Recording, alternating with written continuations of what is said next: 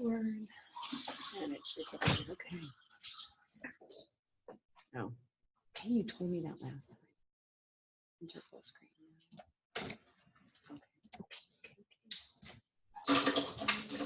None of that. Oh, and I'll get you a clicker. Oh, okay. If you haven't had a chance to do the Google form, go ahead and do the Google form. I did send it to you all in an email. This If one you right want to here? just click from the link, or you can type that long link in. But we're going to use that information to form groups for you for your writing groups. So. Yeah, we're going to do groups of 4 based on how you answer. Welcome to our construction world here in the library. We'll be listening to that all day today. Oh. That sounds like a dentist's office. Doesn't it? Luckily, it's not in your mouth. It's just in your ear. There's breakfast bars. Coffee, tea, cocoa. Good morning. Hi. How are you? Good. Good. Oh, click sign in, get a book. I think I already have one. Oh, okay.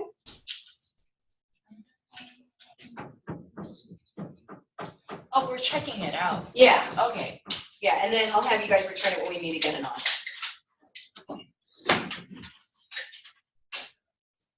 Have some coffee, tea, cocoa, a breakfast bar. Thanks.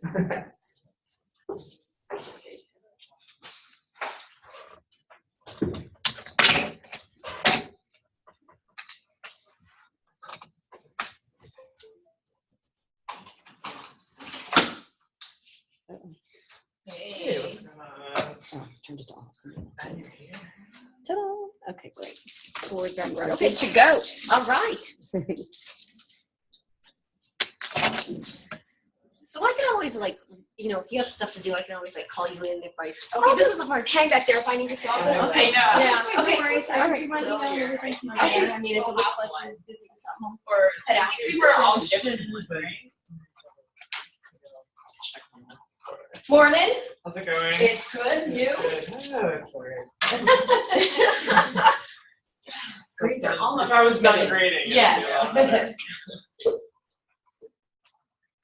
Right. We're here in the midst of grading. Yeah. Yeah, there was no break time. Are you in, Frank? Are you in? You Not good? yet. No. Not yet? No. I'm trying to find your email. Oh, okay. It might have come from the FTC. So go ahead and sign in. Okay. Take a book. Take a snooze. And we have a survey up here for you to do. Sure. So, I'm Annalisa. Hi, Annalisa. Erica Bowers. My representation is here in the house. Do digital history. Okay. Oh, we've been running these workshops last year. We want to start next year. Okay. I'm wondering if you would like to talk to you about Yes, you can. We'd be happy to do that. Yes. No, I just Yeah, I think it's fluid on the FFC. Yes. Yeah. We Happy just, to. we basically like, sorry, you guys. Yeah, no, we'd be happy to. That's just the, yeah, that's just the Even though, wait. Alright, let's resend it. It is. Good morning, how are you? Good. We have one that's I saw that, excellent.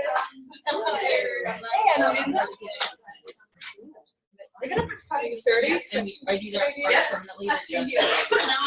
You'll do a final and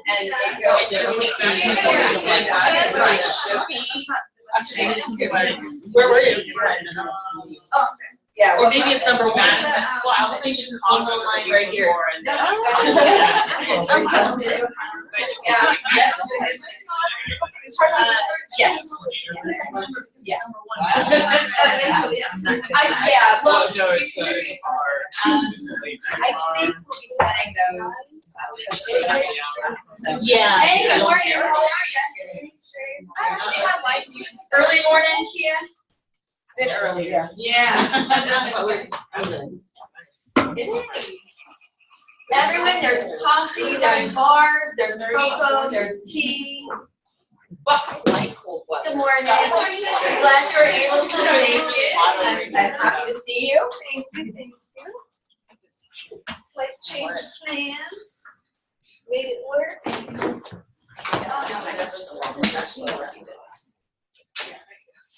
to remember the website, Sheena. So it's My Healthcare or something. I don't think you were saying that I could find everything that you guys do in terms of activism. Oh, Good morning.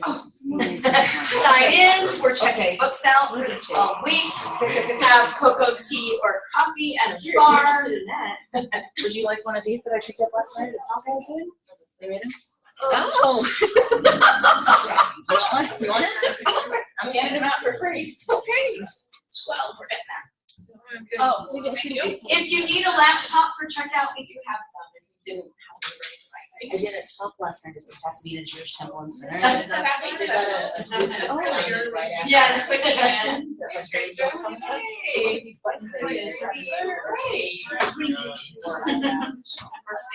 I'm almost there, Frank.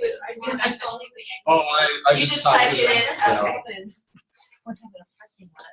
Everybody, for those of you who, while we're still waiting, we'll wait a few more minutes for everybody to come.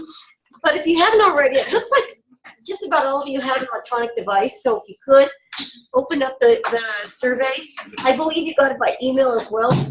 It's just really brief, so that we use that information to put you into groups for the summer. Ooh, so answer very carefully. This will determine who you hang out with for 12 weeks. So you could do some collusion around this, or I don't know. And yeah, go ahead and fill it out, submit. And we'll wait a few more minutes because it feels like there'll be a few more. 1, 2, 3, 4, 5, 6, 7, 8, 9. Yeah, there should be a few more 15 or so this morning. here physically, right? Yeah, we were gonna do it later. Okay. Sit down and grade 67 things at once. I'm almost done with one class, so I've done about 30 Okay, we're waiting for like of 2. those, and then I've got another section also to grade. I did do all my I got those out of the way. Yeah. Well, it's been like the last couple of weeks have been really tough. I have one kid that was homeless with panic attack. She got diagnosed with anxiety. So we're dealing with that. She's got Prozac yesterday too.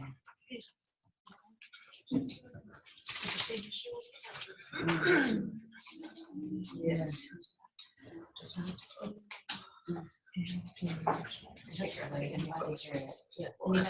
She's so young, but I'm so glad that we're focusing on it. It's like, I'll admit it later and she goes,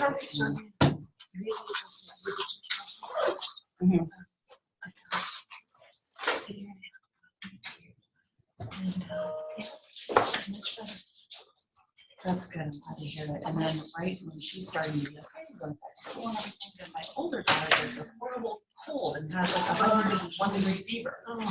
So it's just been like what? Our is on. I have a husband that I have to kind of, for that kind of stuff. But he's pretty smart. But he was given Yeah.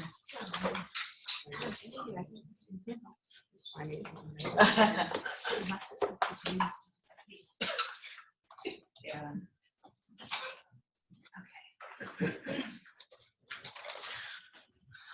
Okay, it did not go through. I typed in the exact thing and it did not go through. Oh, Did it come as an email to you? I missed a colon. Remember, I might have just missed it. I've been trying to log onto the email all day and it hasn't been letting me. Is it up now? So far, I see responses from Annalise in here. And Michelle Martin is here. She's coming in and out today, though. Oh, yeah, Michelle Martin has a 9:30, I think. So she might be one that we're not waiting for. Okay. She'll be in after that. Okay. Michelle, is there an email you said that had this on it? Is I it from me? had, it should have come from FTC. Let me resend it in case you don't have it. That is it if you want to just type it in, but It's not working. The email's not working. Unless I'm reading. The email it. link's not It's so working either? complicated. super. Let me try sending it again. No, not the email link, sorry, like getting into the The form's not working? getting into your email. Yeah, the actual link team. Like getting into the portal. Email, the Getting to the portal. portal. Oh, super. Are you all on EduRoam? I was having that trouble this morning, but it's working for me now. You're in your email. I am. I don't know, maybe if you're. Let me get an ATC person. Or maybe they're rolling it up. It's the convenience of having them so close. I was having that same trouble this morning before I came here. Yeah, I had this time blocked out to grade and then I can't get down for an hour. Oh, doesn't that frustrate you? Are you doing the HTTP? I just got it. Did you? Yeah, just typing that in. So do the HTTPS. I can't get on the internet. We're all having issues. Okay, it works now. You got it? Yeah, once I refreshed it, it Okay, worked. It didn't okay. work the first time, but it worked this time. So when you do EduRoam, you just put in your normal password. Who needs help You actually, yeah, you do. for login? I do. You got in, Kia? Windows was. Not yet, able to okay. Connect to. Raise your hand after that. All right, Latasha's in. You already did it, Annalise. Frank, you were successful? You're on good. You're there. I'm waiting for my computer to load. Okay. I haven't even gotten to the Hi, login. Got it. There See you somebody are. over there, over there. Okay. Email address. Oh, my Full whole email yeah. address. So not just your username, it's Okay. This is it's actually Annalisa. Oh, sorry. No, Okay, no, Annalise. the All spelling right. and the pronunciation are different. Ah, well, good. So that would be really fun. Into the portal, issues, portal, portal issues, Anyone else? Wi-Fi Everybody- issues. result now? Let's see. Kia, you're okay? No, I Oh, Kia needs you over there, my so. email. That's what I was saying. All this time. It's, yeah, no, it's because, so, like, my parents didn't want the words Anna or Lisa to be in my name, so they didn't want people to Okay. short. So I think we're only waiting for Patrice. Okay. So as soon as this is settled, we can get Go. rolling. Close. Yeah. To finish my. This is not an easy survey. It's short, it's sweet. Isn't that short? I mean, sweet. I need to see how to think about this. I see 5 people that responded. How are they coming up with these all the time? With EU, maybe. Here, I'll get you. Think I made that sound. Well, I would have screamed or something if I didn't have stuff there. I've always done it without it. Okay. It doesn't work. It's not, I was not that. It's not working, Laura? EduRoam does not like me. I did not. Yeah, it's really So just write up some stuff. Is there another option? persnickety, not really. I mean, CSUFS maybe, but Yeah. but see if you can get your edge around going. On the mail. Good, how are you? Do you have another CSU one on there? Sometimes it confuses that, and you have to go in and have it I just printed. couldn't have it 4 days last week.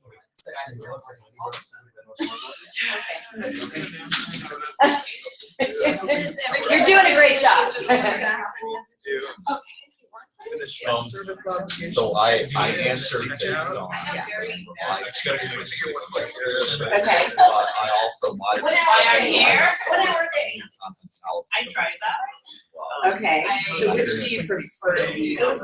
I have to submit, I'm ahead on conferences Okay, for my that need department standards, submissions. but I need solo. I'm going to read some white papers. Michelle is going to read them.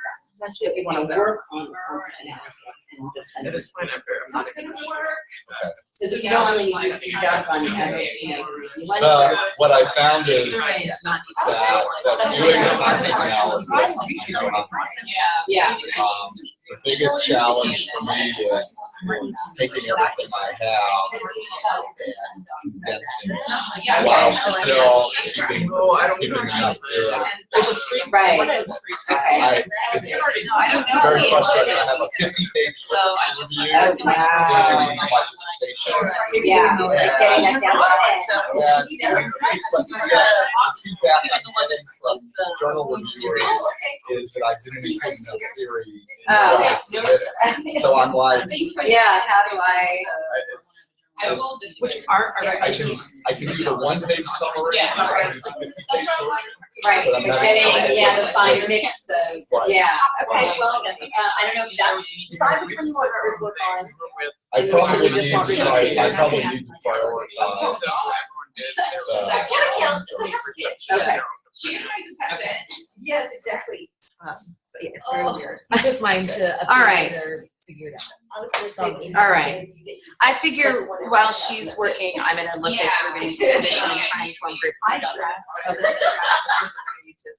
I'll bring my son over and then I'm sure you're. Yeah, and then I'll be like 1 hour. Disneyland yesterday. Oh, because the last day the last day's tomorrow for the, yeah. So. How crowded was it? Not horrible. Because what, Saturday or Sunday, they turned people away. Oh, did they really? Yeah, Oh, wow. and waits were like 3 hours for rides, yeah. Now I have to Oh, how funny is that? Wow. I can't drag my husband there anymore. Now that the kids are 22 and 23, he's like, I have no reason to go to Disneyland. And I'm like, but I love can't drag my husband Disneyland. away. Oh, really? Loves capital L. He closes at midnight. He won't be there till 12:30 a.m. Funny. Yeah, I can't drag him. I really want to go to the Universal Studios Harry Potter thing. So I read all those books to my kids. So I really want to go, but my husband's like, ugh, woman. You must do that. Yeah. I'll call You you. do not look like you could have 22-year-old kids. And 23. Wow. I'm old, dude. But thank you. But thank you. Go on, go on. How does Justin? 15. Wow. She wants to start driving. Oh, I couldn't get my boys to do that. Really? The 23-year-old just got his license last summer. Success. Yes, so now you can log in the same Do way. y'all need a little bit more time still? Okay.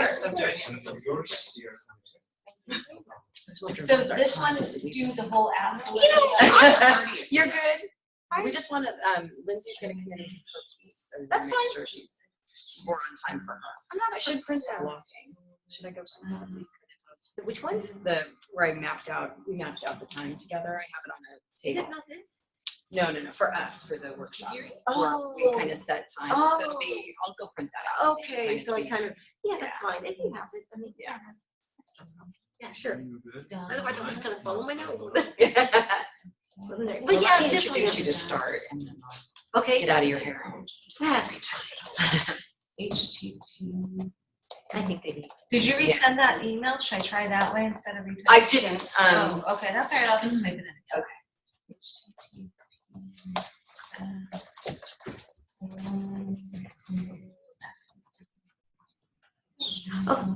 Are we gonna use the book for today? Do we need it for today? No, no. And even if you wanted to peek at something, you could share with a partner. It's, Do you have one at home, Kia? Okay. All right, you've got one at home. Okay. You can cross off your number. Where do you go? Oh, I didn't put a number, no, I brought my own. Oh, you brought your own. Okay. No, we wanted to give them out, but it turned out they were $90, Yeah. and we didn't have $1,700. So I couldn't just give them to you as I wanted. Thank you so much. So we have to check them out instead. Yeah. All right. Humanity.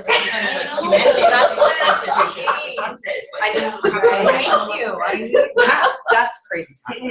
Don't get me started. I think the same thing. For a number of reasons, but Don't get me that's what I use my commute for. I call my conversation. It's the first thing I care about. I listen to books. I have to get my mind off of it, otherwise I'm just. I still go to New Jersey, so I would talk to my like the local people from New Jersey. oh, wow. Jersey. They're real crap. Talking to business like staffers are just like 6-year-old women who have no time for anything. I love it. It just makes me happy.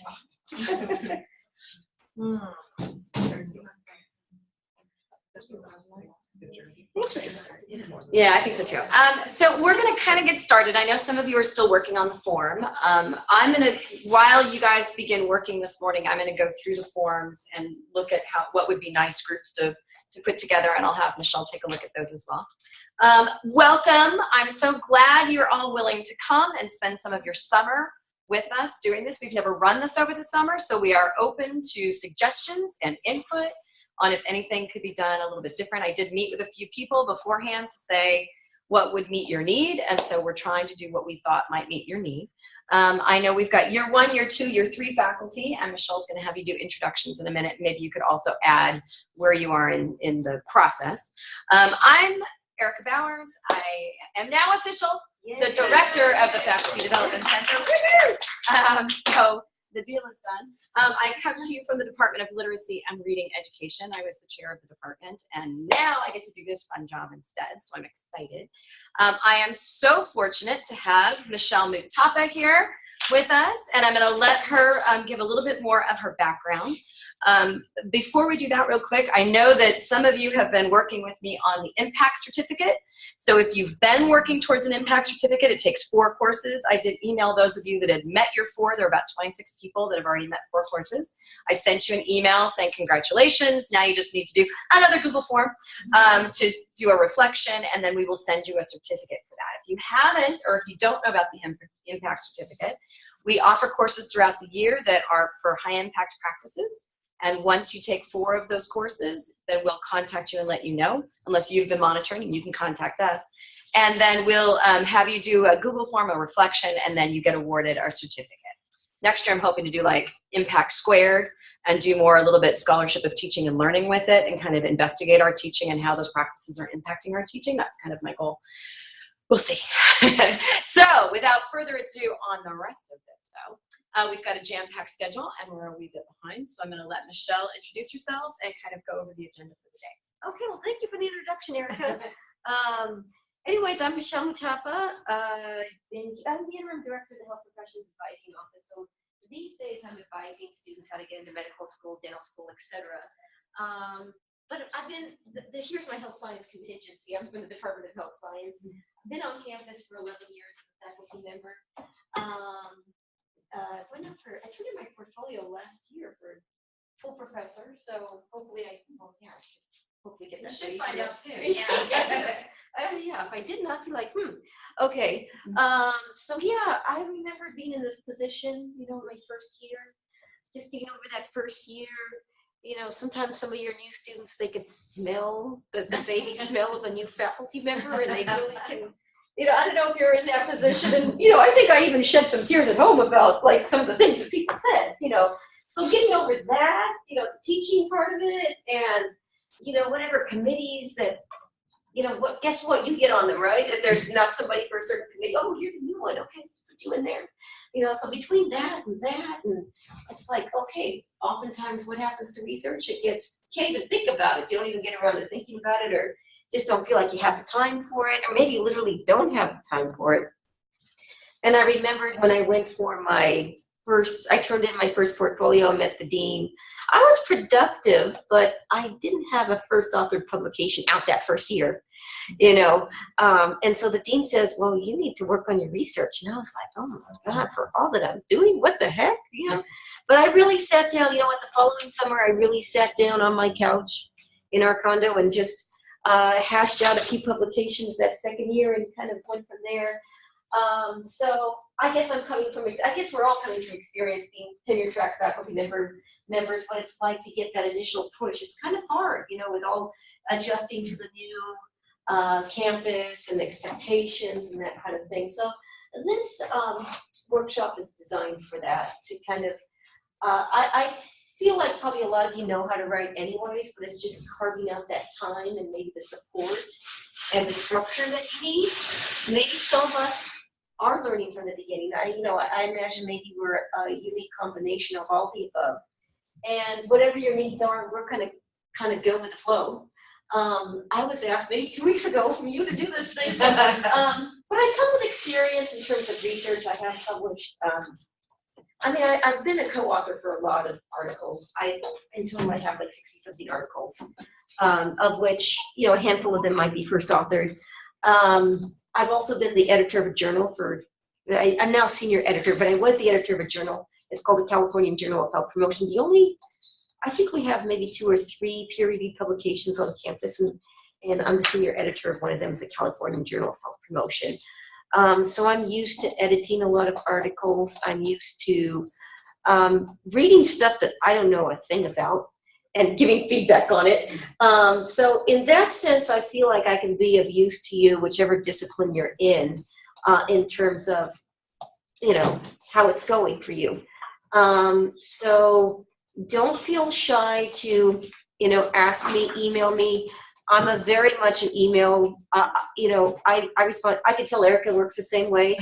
So, you know, if you have emails, questions as we go along, I'm gonna learn how to Zoom apparently, for you guys, because I'm sort of low tech, but I'm gonna learn how to do that if you want to actually see my face, if that matters.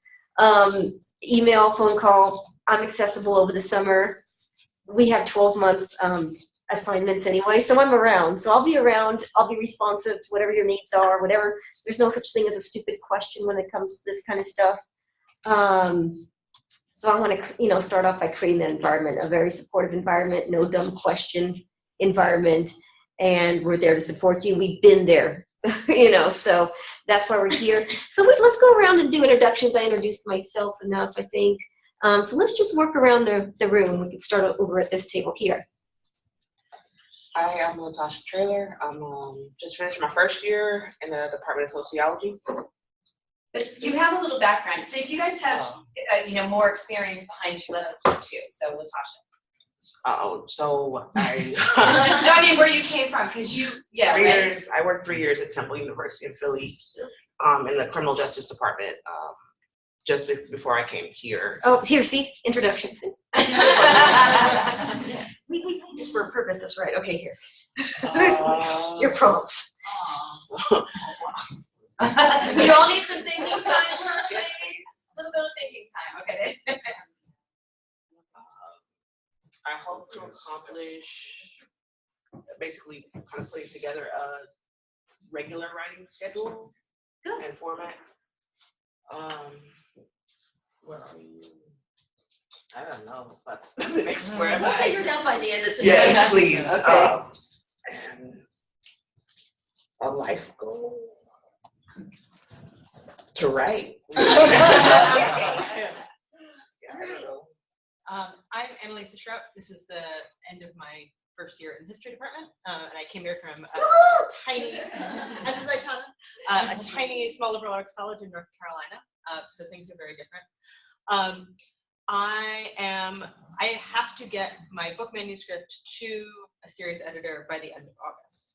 So I have to make that happen. That's a very specific goal. Yes, which involves taking one chapter and breaking it into two and adding some stuff in. So it's not quite writing two things, but writing a lot.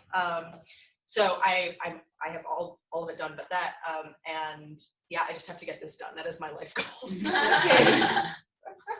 I'm Frank Russell. I teach journalism in the Department of Communications. I have pretty much the opposite problem. I have like maybe half a dozen conference papers and probably 2 most promising that I have to figure out how to turn into journal article submissions.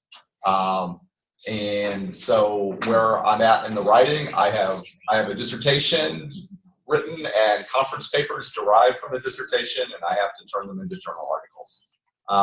The one life goal, I would like to spend 1 week this summer doing nothing related to my job. Nice. I'm kind of like you. I have a lot of half-baked articles myself, which I'm going to work on this summer along with you. Okay. Go ahead. My name is Michael. I'm from the chemistry department. This is the end of my first year. I'm Canadian, but I worked in Denmark before coming here. What I want to do is I have some stuff for my postdoc and other places that I want to write up, and I have my research group, but I need to get their names on articles, so I want to get them involved. And so that's basically what my writing goal is, to have a manuscript out by the end of the summer with the student's name on it. And my life goal is to get out surfing. Good. Hi, I'm Kim. I'm the acquisitions librarian here in the library. Oh, I met you outside. Yeah, coffee. we've met Yes. a couple of times. Before that, I was the acquisitions librarian at the University of Washington.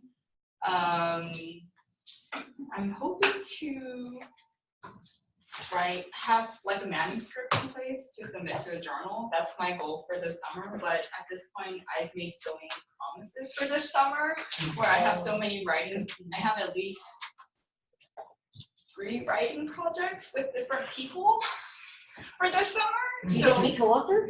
Right. Okay, good. Yeah, so I'm trying to, I guess one of my life goals for the summer is picking one and working on that one. Good. Where am I? At varying stages of having a draft to nothing. So that's kind of where my writing is at this point in terms of all these projects. So hopefully this workshop will kick something into me and I'll get going on some of them. Yeah. Very good. Hi, my name is Ling Nguyen from Modern Languages and Literature. This is the end of my first year here at Cal State Fullerton. And before that, I was a grad student. And I'm hoping this summer to turn 1 or 2 drafts into publishable journal articles. So that's the goal. And life goal, spending a week traveling. Good. Yeah. Hi everyone, I'm Sarah Grant. I'm in the Department of Division of Anthropology. I'm finishing my 2nd year here. Before that, I was at a small liberal arts college in Arkansas, and I'm hoping to very much like some of you take a couple of half-baked, mostly finished but not revised articles, get them submitted. I have to get them submitted this summer. I'm also working on my book proposals, so that's happening simultaneously. And life goals for the summer. I haven't been fly fishing in a couple of years. I'm a pretty avid fly fisher, so I need to make it out to some streams and rivers in California and work on my casting. Hello, my name is Kia Kressler. It's good to see some folks from last year when we were doing this 12-week workshop. I'm in the Department of Special Education. I'm finishing it on 2nd year. I have, like many people, several writing projects happening at the same time. I have 2 with other groups of people. One that I'm writing by myself, and that's the one that I'm going to be focusing on for this particular writing group. And so I'm kind of in the data analysis portion of that paper, so really in the beginning. I'm hoping to accomplish with this workshop having accountability to finish that paper because I tend to not do things that is just me on a paper. I can do with other groups, I get it done, but when I just my own stuff, I need accountability. So that's what I'm hoping for. I'm at the beginning of my writing stage, and my life goal, my husband and I are finally going on our honeymoon to Italy, and I'm hoping to not have to take work with me. So that is my life goal for this. Don't hope, just don't. I forgot the laptop, oops.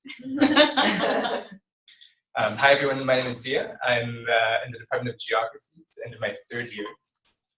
One thing I'm hoping to accomplish, kind of like is getting some single author pieces out. Last summer I got 3 book chapters, which was nice, but those don't count the same way. So where I'm at in the writing, I have a blank piece of paper and a dissertation chapter. So one of them needs to turn into the other. Other life goal, this is not really a life goal. Like I think of life goals, I think of traveling and fly fishing, but maybe buying a house over the summer. Oh. And be attendant 8th move in 10 years. So here we go. I'm also teaching an online class for the first time in my life. So woo. Hi, my name is Lucia, and I'm in the psych department. This is the end of my 1st year. And prior to this, I was in Mexico, in Quintana Roo. I lived in the Mayan community for 2 years as a postdoc. So I'm trying to get the data into 2 papers this summer, or at least 1, where I'm a first author. And then I can say I submitted something in September to do a 1st year reviews. What else? So I have those 2 papers in conference paper form, so I'm trying to get them into actual articles.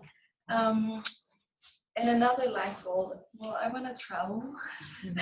And so we're hoping to do a 1 week or 2 weeks road trip with my 3 children this summer to the Grand Canyon and just some traveling. Another life goal is I want to run a half marathon. I can only do a 10K, so I'm working my way up to, I think it's 20. Yeah, one day. So yeah. So hi everybody. I'm as well at the end of my first year. It was intense. I didn't get as much writing done as I was hoping to, but I survived the first year. There you go.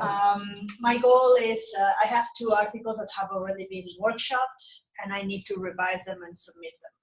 And because I don't have a deadline and I'm a single author, it's just not happening because they never get done. Right. So that'll be my goal for this summer. I would also like to do some mountain races in Spain, where I used to live before, and I miss that. So, but we'll see. Thank you. Peter? Laura Chandler, Department of Health Science. Yeah, I would really like to hope that in this workshop that I figure out good ways to strategize of managing my time and setting some goals and being held accountable and getting some things accomplished. In my writing so far, well, I am so close to hitting the send button on a article I'm submitting to a second journal from my dissertation. That may even happen at the end of this week. But I got to work on some other stuff. And then life goal, I really just want to figure out a way to balance and strategize, not say yes to everything, and figure out how to just have that life balance of doing good stuff with your family and having quality of life, but then also being accomplished and successful and in my career. So, wish me luck. And I'm Shanna Charles. Hi. So I am in Department of Health Science also. I'm hoping to accomplish, I have 3 articles that I'm working on. So I picked the one that I was funded to do the study with students over the year, or actually the spring semester. And so we've done most of the data analysis. I still have to run another final analyses, but I'd like to have that article actually written up. And so the students are gone, they were just funding me. They were working on their own projects. We submitted an oral presentation to American Public Health Association meeting, which is in the fall. So that might go through, but I really would like to crack into Health Affairs, which is the top tier public health journal that I have not yet been able to crack into. So that's my goal, is to get this article into that journal by the end of the summer, much like you, knowing that if I didn't have, I saw this, I was like, oh, that is a great way to give myself a deadline. I really need that because I have other things.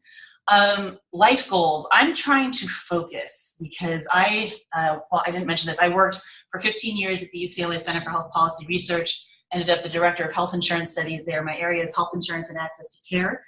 Health insurance is a little bit of a big thing.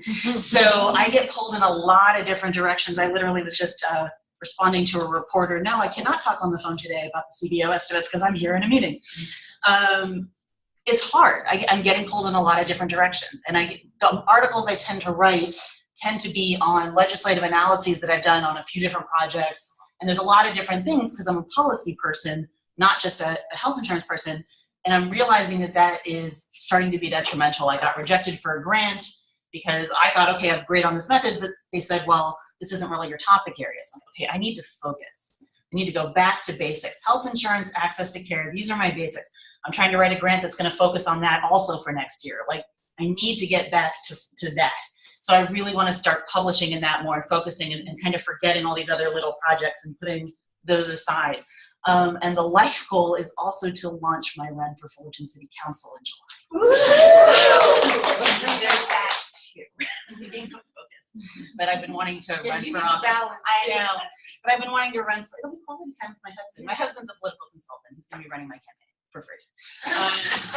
So along with focusing on my strengths and health insurance and access to care and getting into the top tier journal, hopefully, and taking over the health policy class in the fall. Hopefully next year I'll also be, up for a ballot on November 2018. So that's kind of getting there.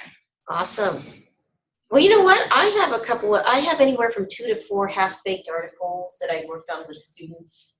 And my goal is to put in an hour a day myself on that stuff to just get them out the door, because those students disappear and somebody has to pick this up and submit. So that's my goal, writing-wise, and I'm going to do it along with you. I'll try to be the example as well, and keep you posted on how I'm doing.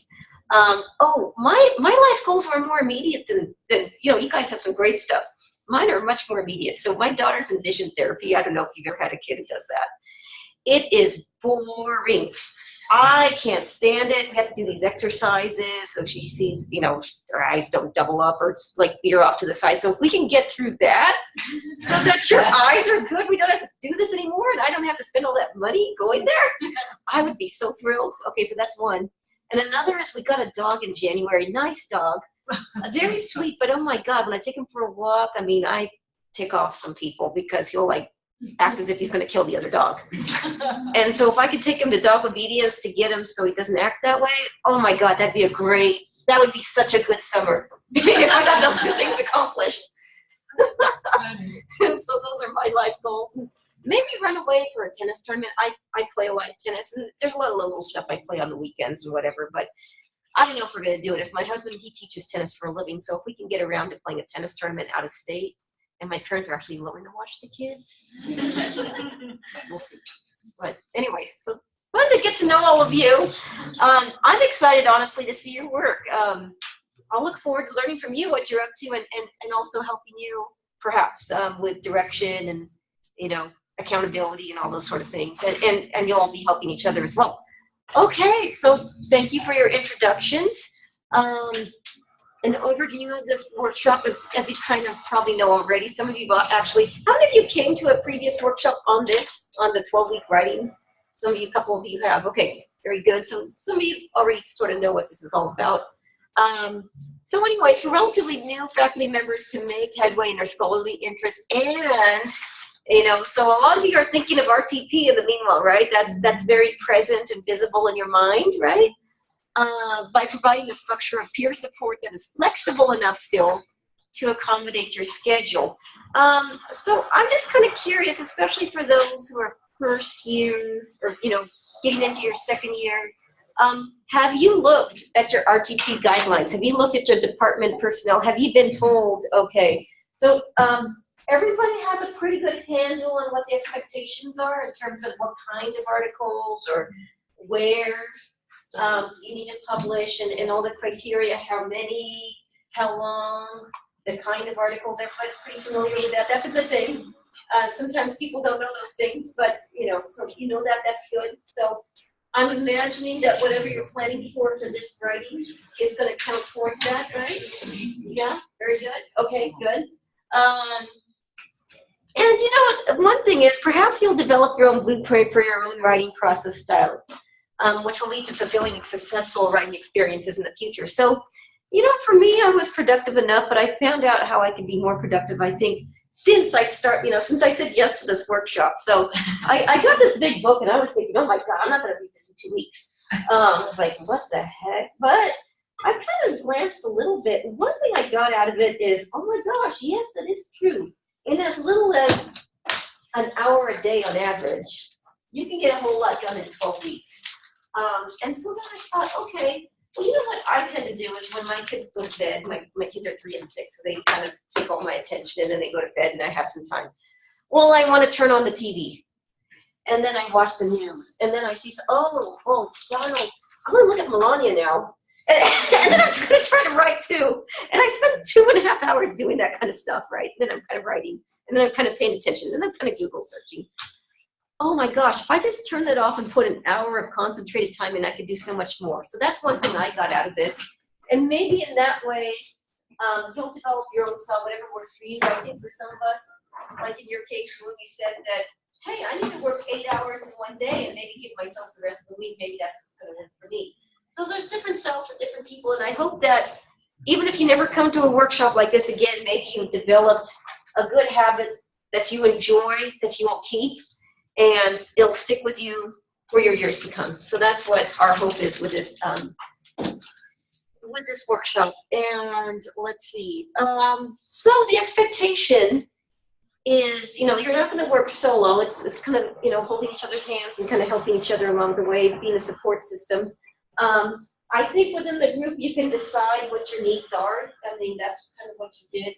Your strengths and areas of improvement, what your needs are to be more productive. So you can be in contact with your partner, even if it's just for the sake of accountability. and then follow up with me as needed through various modalities that are convenient for you. As you follow up with me, you could decide if it makes more sense for you to follow up with me as an individual for your individual work, or as a group about, oh, well, I'm working with so-and-so, and I was wondering about the feedback I'm giving them. So whatever works for you guys, I think I'm fine with, whatever it is. You know, you could do it through Zoom, even though I'm kind of like, oh, how do I do that? I don't know, but I'll do it. Dropbox, Google Docs, okay, I'm okay with, yeah, Google Docs is fine. I mean, paper, emails, phone call. If you're physically here on campus, I'm physically here on campus throughout the summer. So whatever works for you, I'm around and here to help you in whatever way needed. I'm great with short emails, you know, so if you just had a quick question, shoot me an email and we could talk about it. On a weekly basis, you know, I know that people's needs are so varied, so you know, it wouldn't, you know, if I went by this, they start with the introduction and then to the discussion. It may not work that way for everybody, just depending on where you are in the process. So, you know, we'll just see how this workshop goes. At the very least, I'll just kind of, you know, send you a weekly something through Titanium. We're in Titanium Communities, by the way. So we've been added. So through that platform, I will just send you a, hey, we're still here. Remember you signed up for that workshop? You know, are you doing anything? So, you know, at least something to that effect. We'll be in touch with you on a weekly basis. And then 12 weeks later, approximately, like beginning of the fall semester, you Yes. could say. Probably not the first week because that's a little hectic, but maybe week 2 or 3, we'll get back together and celebrate all your success because you're all going to be very successful. I know it. I feel it. Yes. And you will get a certificate for those of you who get the, whatever it is for doing 4 workshops, you'll get that.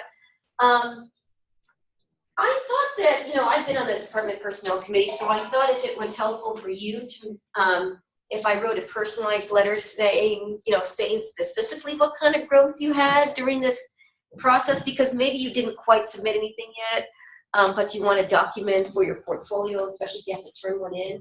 If you want me personally to say, this is how far you got, and this is what you did, and you were a good participant, you met with me all the time, or you met with me all the time, I can certainly do that. You know, you just ask me and I'll certainly do that, not a problem. I just got the feeling that maybe your chair would appreciate something coming from another faculty member that's personalized to you, in case that's helpful. Okay, so this is your part. So I was going to go over the virtual part, and as Michelle was just saying, I did enroll you all, and we have 2 members that will be joining us virtually. So wave to everybody. Oh, there I am. Hey, Michelle and Deanna. Michelle and Deanna are going to be joining us virtually. Here you are right here. And so I set up a Titanium course. You're all enrolled. So far, all we've done is set up the resources from today. So you've got the PowerPoint from today, the Google form on writing instructions. There it was. I did so much, I forgot. We've got a calendar that we're going to work on today, but you will have it electronic if you don't want to just do it on paper format. And then we're doing a weekly planner with you later today, so you'll have that electronic if you want it that way. And then once we form groups, I'll put each of your groups in a block this way. So if you want to communicate through there or post anything that way, you can, or don't use it. I really want everything to be as usable for you as possible. But we thought this might also be an easy way for Michelle to work with you all, where she could blog out to you once a week or communicate with you through the community site. So you are all on a community site. Does everybody know how to get to a community site? You know, if you go into Titanium, so instead of your courses, you click on communities. Okay, and there's one set up for you. This one is called the FDC 2017 Summer Writing Cohort. So that's where you are. So question, Erica, so they have the powers to edit and add. They can, yes, they can do all of that. Okay. So we really want this to meet your needs. So like I said, if you have suggestions or any of that, we are totally open to it. For the virtual portion, because I figured most folks don't want to come once a week to campus, call me crazy, because hopefully you do have those life goals where you're going to go take a vacation or you're going to do whatever you're going to do. And this is the reason we're going to put you in groups of 4. I think we'll have to have one group of 5 because we're 17. And the reason for that is if one of you wants to go on vacation for that week, you still have 3 others that you can correspond with. And so we're making them at least 4. Your group will decide on the form of communication. And later this afternoon, we're going to give you a full hour with your group to work out the timeline and decide what works best for you and all of that. Email, Skype, Zoom, Google Docs. We do have now Dropbox Paper, which is essentially Google Docs, but it's in Dropbox. So we could play with that if you want to play with that later today. It's the beta version, so I'm not, but we have it for Cal State Fullerton, so you can play with that. Your group, as I said, will determine the timeline and schedule. How often do you want to meet? What kind of feedback do you want from each other? What's the structure you want? And that's why I have that writing information. You kind of talked about your preferred way of communicating and all of that. I'll look at that when I form the groups. And then how do you want to involve Michelle? So do you want her meeting in with you once a week on Zoom? And I told her I would be an assist on that. Do you want to do Skype? Do you want to just work together? Do you want to just post stuff? However you want to do it, I'm going to let your group decide. So really, does anybody have any feedback right now? Any sense of we're missing something? Something's different? Let it percolate. And later today, you can get back to me. Oh, yes. So there you go. I'm going to turn it back over to Dr. Mutapa. Okay. Yeah, so that's how we're going to, well, we're kind of winging it because neither of us has done this before. Yes. But hey, you know, we can do this. Not a problem. Okay. All right. So let's just take a stock of you and your writing piece. So first of all, you know, it sounds like everybody has an idea of what they're going to do. I'm wondering if you've thought about these things already. You know, this will help you determine, okay, is this something that is worth putting my energy into or not? So is your research, I'm kind of wondering, would you like to sit and think about these things, or do you feel like the answer is yes to all of these? Let's just think about this. Okay, so is your research question testable? So in other words, is it something that if you're going to do an empirical article, do you have the data? Is there statistical analyses that can be run to test that hypothesis? I mean, can you answer yes to that? Or in your case, maybe you are writing more of a commentary sort of or literature review type of thing or case study type of thing. So maybe it isn't a question about testability. I'm not sure. But that's something to think about. Can you answer yes or no to that? Number two, is your research question pertinent to an identified area of discipline that hopefully aligns with the RTP needs and a journal or publisher? Do we all say yes to that at this point, or do you have to think some more about it? You know, if you haven't already, one thing I would do or consider doing, I oftentimes, before I submit an article to a peer-reviewed journal, I contact the editor to see, hey, are you, you know, I might just send the abstract and say, hey, what do you think? Is this something within the realm of what you would publish? And of course, they can't tell you, oh, this is still publishable or not, but they can at least tell you we're interested or not interested in this general topic. I oftentimes do that before I start going along far, because sometimes I'll discover, oh, at this point, either this journal or the editorial board is not particularly interested in this particular topic. And then at least it's good to know now so that later on, you know, you submit and you just get a reject kind of quick. Yes?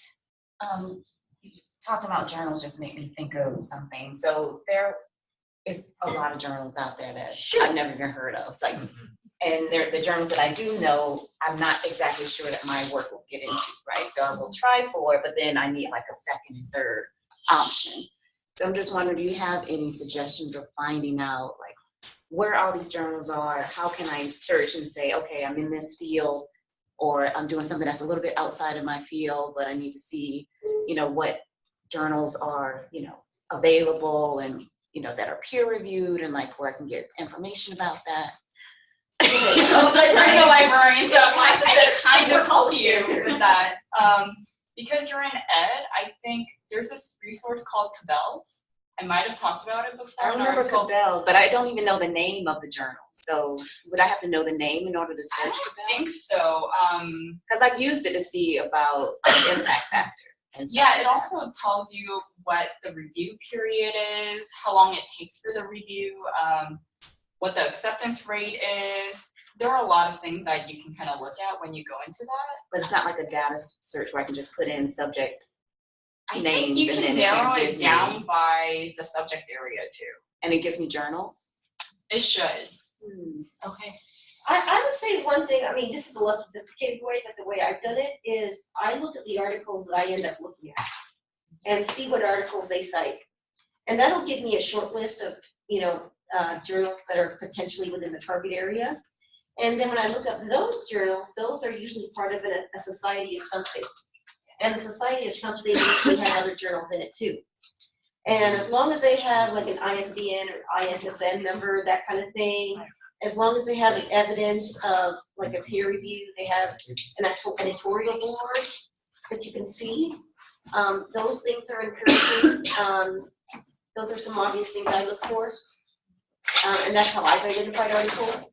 And when it comes to impact factors, someone like Shana, okay, you're ready for a top tier journal article because you have publication experience, right? But how about some of you who are just starting? Is it good to aim high? No. Exactly. I predict a very high.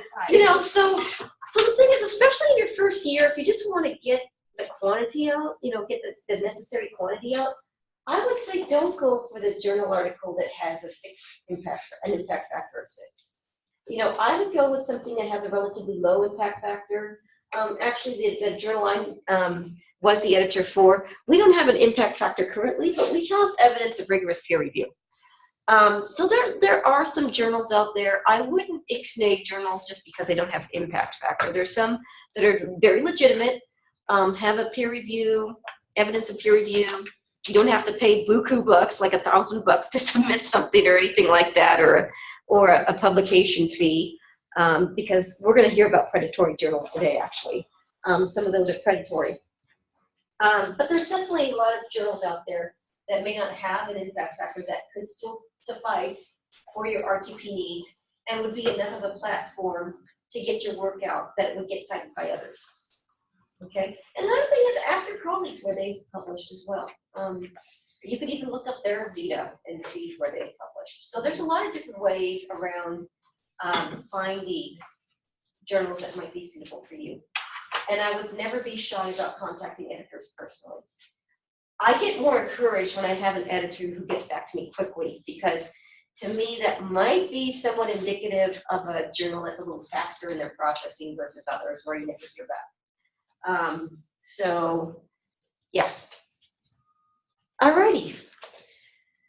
Oh yeah, another thing is hopefully everybody has IRB approved research. If you're collecting data and analyzing data, it needs to be stuff that's been previously IRB approved. So that's a biggie. But only for human subjects, right? IRB is only for human subjects? Oh, good point. I guess you're right. I mean, we're so used to it in our field, but I don't think that everybody has human subjects necessarily. And they have to be alive. My human subjects are dead. Yeah. So. Oh, You can't get okay. informed consent? I usually do media content, and I've been told at my other schools that when I apply just to be safe, they say they always told me not to bother. When I do social media research and I interact with other people on social media, I usually need IRB for that. Got it. Okay, so as long as everybody's clear on what their needs are for IRB, as long as you have data, because sometimes I do evaluation work for St. Jude Medical Center, and sometimes they don't have the time and the whatever to get IRB approval from the subjects. We get data, but we just want to use it for evaluation purpose. I can't touch that. If we ever use anything, I have to have IRB approval. So I have to very much be aware of what we've been IRB approved for and what we haven't, what I could publish, what I cannot.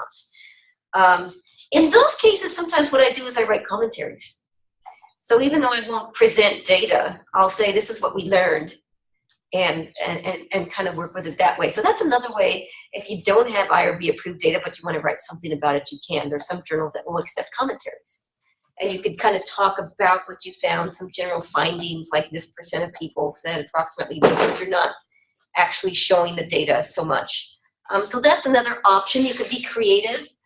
Sometimes when you don't think you've collected a little bit of data, but you don't think, okay, it's not IRB approved or it's not enough data to get a full-on empirical article, those could be opportunities for small commentaries, brief reports that some journals will take, lessons learned. That could result in a peer-reviewed publication for yourself. So that could be another side benefit. Another thing, you know, so I'm just like inserting tips all over the place here. So this is off script, by the way. You know, another thing that you can think strategically about is how much information do I want to put in one particular article? So you have one study, maybe this part of the data would be sufficient for one article, and then another part of it would be sufficient for another article. So you might get 2 for 1 that way. There's been cases where, you know, I didn't have very substantial data, or I had focus groups where people just didn't say too much. So I'll use that in combination with some other data that was collected to write one article. So that's, you know, something to think about as well, is how you could strategically piece together things. Maybe you could do one empirical article and one commentary about lessons learned. You could get to like a big piece, a small piece. So that's something to think about strategically. And for this workshop, you can think about what you want to work on this summer in that regard. So those are things I would think that you could think about with what you have at hand, okay? And this is a time to think about it, to strategize in that way. Whether or not you write both pieces this summer is up to you, but that's another way to strategically think about how to use your data. So taking stock, strengths and areas of improvement. Assess yourself on the following areas. Have a big picture point of view that informs the overall structure. Okay, so these are just some things. So some people are big picture kind of thinkers. Okay, but when it comes to writing the nuts and bolts of a method section, they're kind of like, oh. And it's funny, being a journal editor, I could see where some, you know, I could definitely see where people's strengths and weaknesses are. And even your own, you're like, okay, yeah, this is a harder piece to write, and I need to give myself more time to write it when you start mapping out your plan. Some people are good at the introduction and the discussion, writing the big world implications and how that relates to, like, for example, health policy in the US or something like that. And then other people are like, that's definitely not a natural thing for me. For me, I'm all, okay, I can write that boilerplate stuff and the analyses and the results. I can go to town on that because I taught stats. But you know, the other stuff, I'm like, okay, yeah, I gotta think on this one, or I need some help. So I'm sure all of you have strengths and weaknesses, areas of improvement, I should say.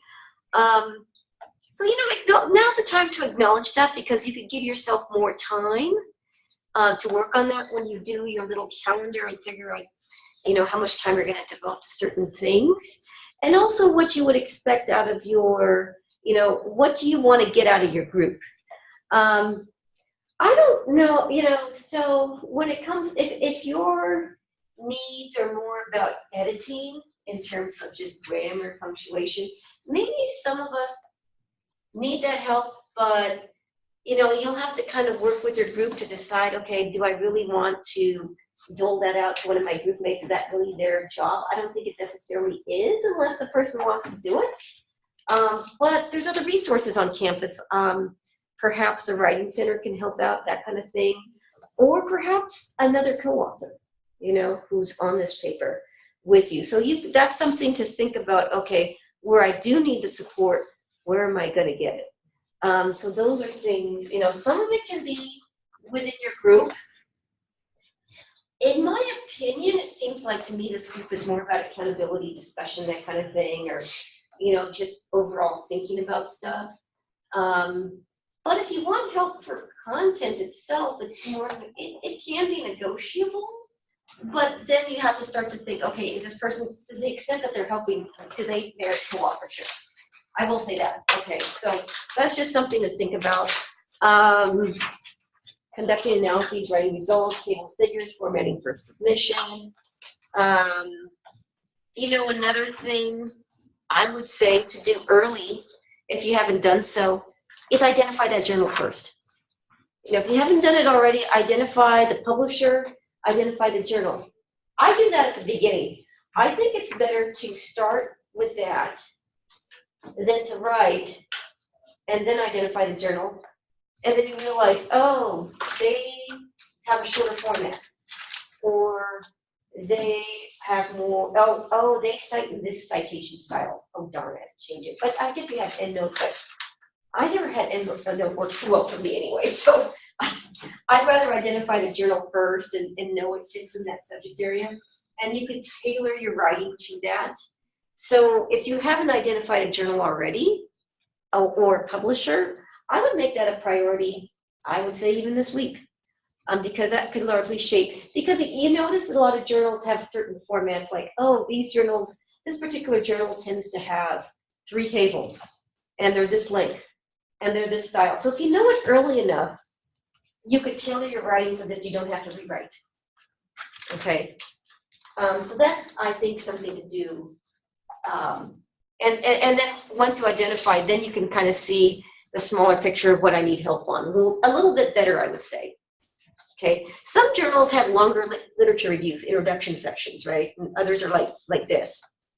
So, you know, it depends on what your needs are and what you're strong at. Another thing, so you're all taking this book with you. Am I going to read it from cover to cover? I have to say I'm not much of a reader. I'll make a confession on that. You know, I'm a good skimmer, you know, like that. So if you follow this book, they would talk about, this is for like a graduate student audience. They talk about, you know, starting your argument and the literature review and all that stuff, kind of like the traditional order of things, you know, starting from the introduction to the discussion. To the extent that you find it useful to write that way, go ahead and do it.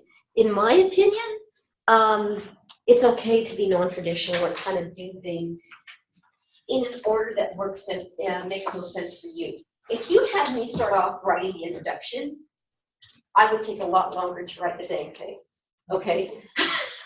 I mean, I need a few articles that I've seen so I kind of get a sense of what analyses I'm gonna do. I mean, I want a few articles in place so I kind of know my theory and kind of know what analysis, the ballpark of which analyses I'm gonna write. And kind of glance through those articles. By the way, should you read every article that you've, okay, so like when we teach our graduate students, we probably teach them to read the whole article, right? Because we want them to have a holistic understanding of the article in general. For our purposes, do we need to do that? Every article we get that's relevant to our paper, do we want to read it cover to cover? Do we need to? Okay, let's put it this way. Some of us want to. But we do have 12 weeks. So there's these competing interests, and so maybe your desire is to read cover to cover. But what do you think? Do you think it's needed? Some of us say no. Anybody else have some thoughts about that? I don't think it's practical. I feel like it's not. I mean, there's just no way you're going to be able to read unless you're an extremely fast reader. So does everybody have like a comfort level that you can find articles that are relevant to your subject and glance it like the abstract, and of course like some parts of strategic parts of it, like the analyses, some of the discussion or whatever parts of it you feel comfortable. So that's a part of the time management thing, you know, to find articles, get the important parts of it. Don't read the whole thing unless you have the time to. Get what you need out of it to understand how to strategize your own article. Okay, so the effective reading. So you want to be able to do that. At the very least, get a handful of critical articles, and then design the template for yours. And then start at a place that you're more comfortable doing, okay? For me, it would totally be about writing the methods section and the results, because to me, methods is pretty standard, okay? Participants, procedures, analyses, results, tables, okay? I could do those, I could get those out. And then I can tailor my introduction kind of based on the results. I kind of go it backwards. That's not for everybody. Some people would prefer to do the introduction first, but you can do it your own way. I just want you to be mindful of what would make most sense for you, given your writing style and what your strengths are, for you to make the most progress. Yes. I have a question on strategy that I've struggled with.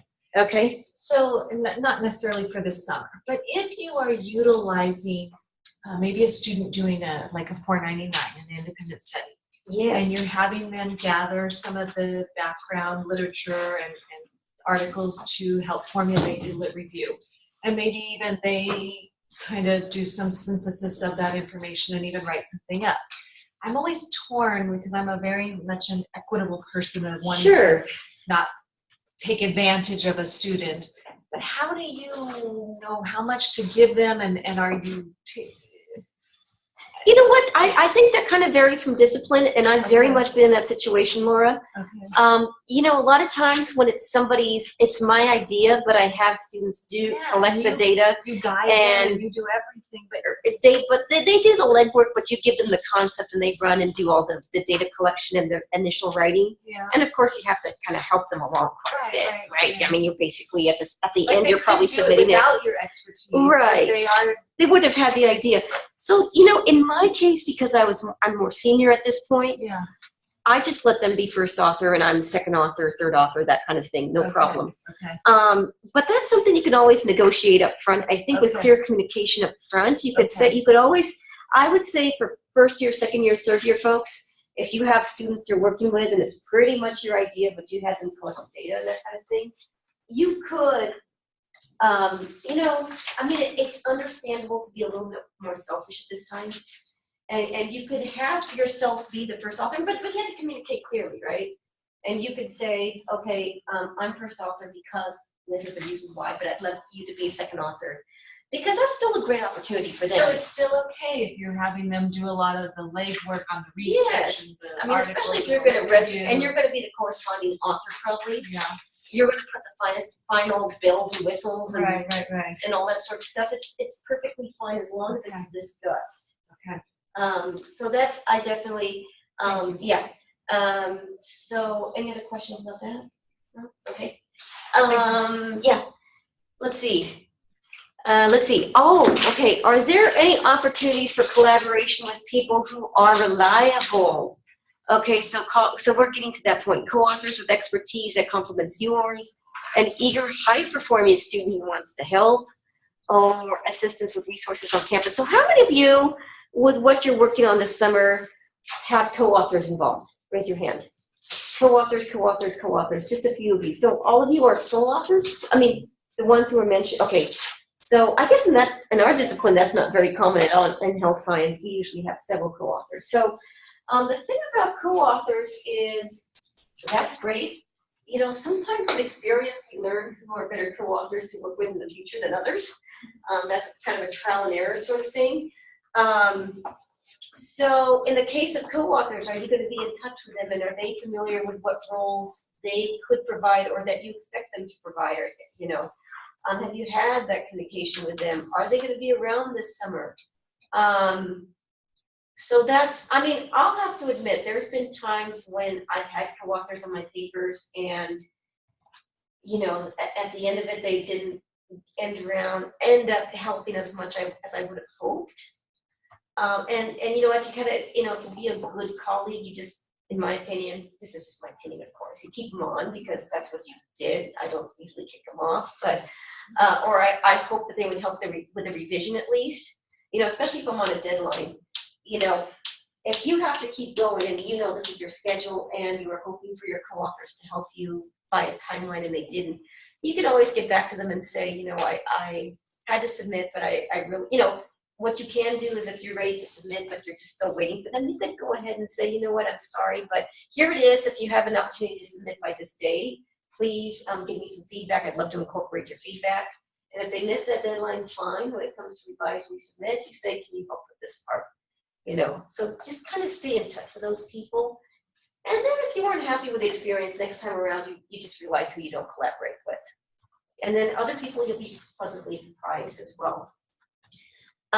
Students, I have had students who've helped me. In the case of me, every now and then I have students who are applying to medical school and they need some research experience to put down on their resume. So it helped me tremendously when I had one particular pre-med student find articles for me that are very in a small area that I would have had to take hours of time to find myself. He found them. And what I would do is I would have them insert comments and give me the link to the article that he found that he thought was relevant.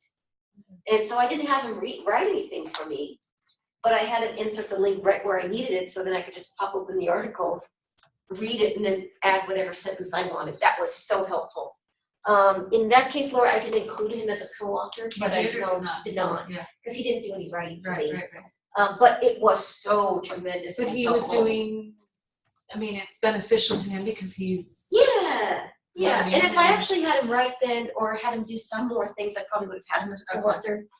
But that's a way for you to have people help. Okay. That, it's kind of, yes, question? Put him in acknowledgements? Yes. Yeah, so he Yeah. has that he can Yeah. go back and refer to something in writing. Yeah, exactly. And I'm writing a letter of recommendation for medical school. Okay. So, and I could say, boy, he helped me tremendously. Yeah. So, it served his needs as well.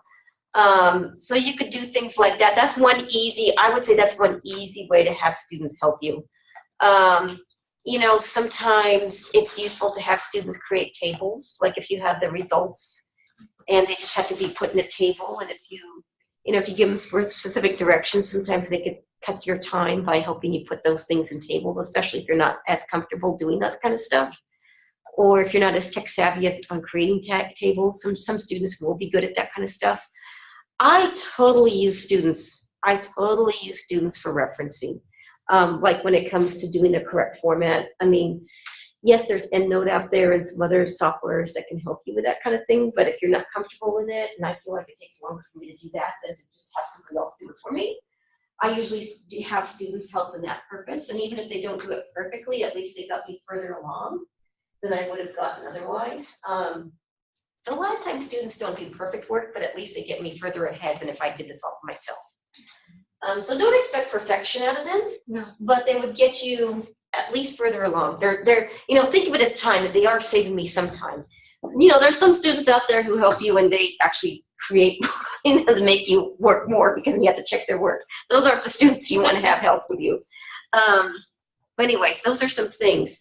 Assistance with resources on campus. So these, so I believe there's probably, I know there's a writing center for students, but perhaps there's even help, maybe Erica can help with that. I added some things to a slide. I'm not sure which slide it was, but you asked for resources. Oh, the best I found was Here we go. CREAL. So I don't know if you know about CREAL. It's a Center for Research on Educational Access and Leadership. It's out of the College of Education. They can do some work, but they do charge. So there's that. I know the English department does have a center, but it's a little bit more student-based. We do have the Institutional Review Board if you need help with any of that, and they can work with you. I was planning on having them come in at the August meeting and do an overview in the August meeting. I didn't want to get us kind of derailed today with that. And then the Chancellor's Office actually had some resources on that site. So that looked like it was probably the best that we had, but there isn't really a writing center for faculty on campus. Something to consider. Maybe we need a writing center. Kia. Do you know how much they charge at CREAL? I don't. I can send Dawn an email and ask. Yeah, they do. Mostly they do they'll assist with the research piece. So if you need assistance with your data and your research, they can help you with that, but they do charge. But you could write them into a grant. So I will send Dawn an email and say that we have an inquiry and ask. And even within your department, do you folks have faculty mentors? Yeah. So maybe those are, some you do, some you don't. I would think that person could be a good resource for you. Co-authors would be a good resource for you. If I would say, if you feel like you really need help with the writing part of it, I would say bring along a co-author who not only helps you with the editing, but maybe contributes in some substantial way, even if it's minor, and include them as a co-author, and it's kind of a win-win situation. I feel like I've kind of done that at times when I feel like somebody can contribute a small piece to the article. I include them as a co-author.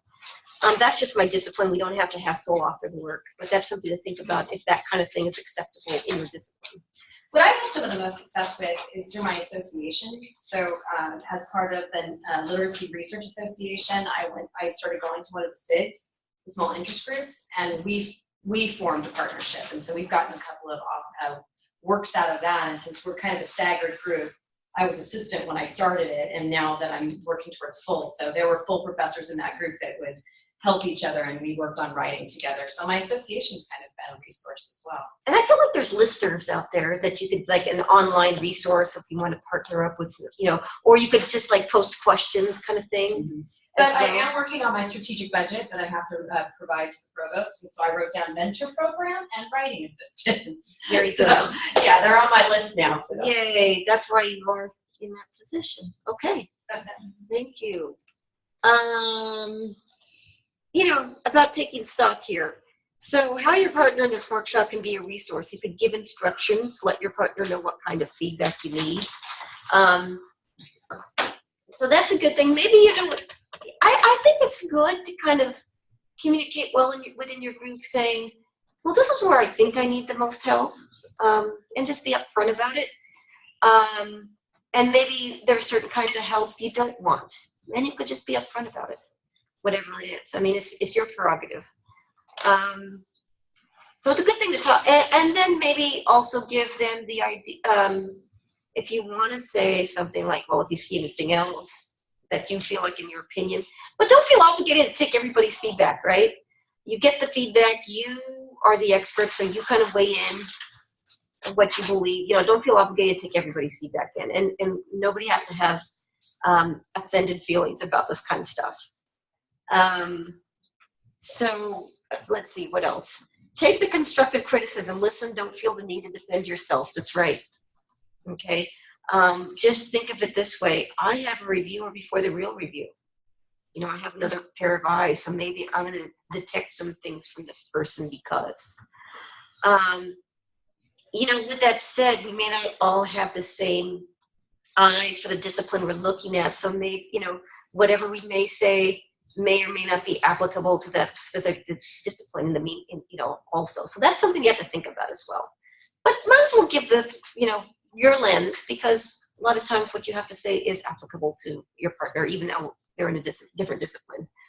And as I mentioned, you're the final authority.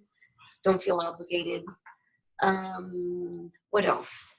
Have people worked in groups before? Does anybody want to share what's worked well, what hasn't worked well for you? Just working in groups or working with co-authors, do you kind of want to talk about that could inform us as we work in groups? Yes.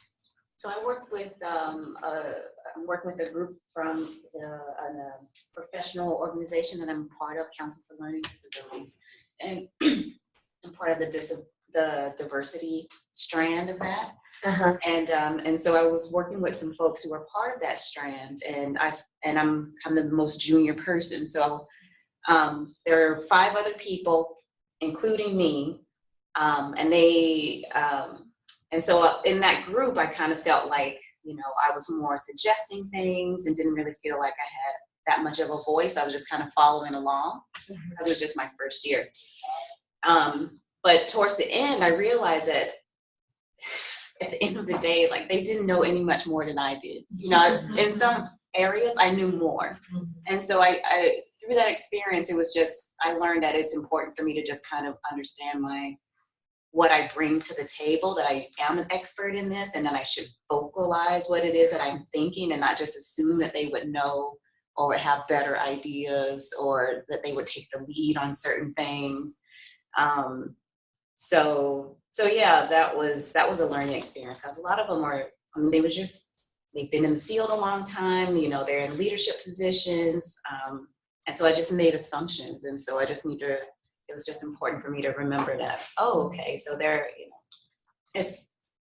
everybody's just trying to figure stuff out too at certain points. And so and also that I know what I'm talking about and that I should remember that. So I had the same experience, because you just have so much self-doubt. You think you're the right naive one, and then you find out they're just like right.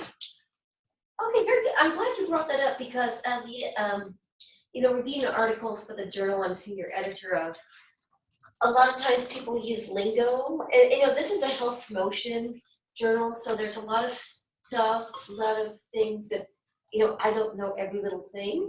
And so I expect the authors, I come back, a lot of times I get feedback asking for further clarification for an audience that's a little bit more lay. I mean, even though I'm in that field, I don't know exactly what the heck you're talking about.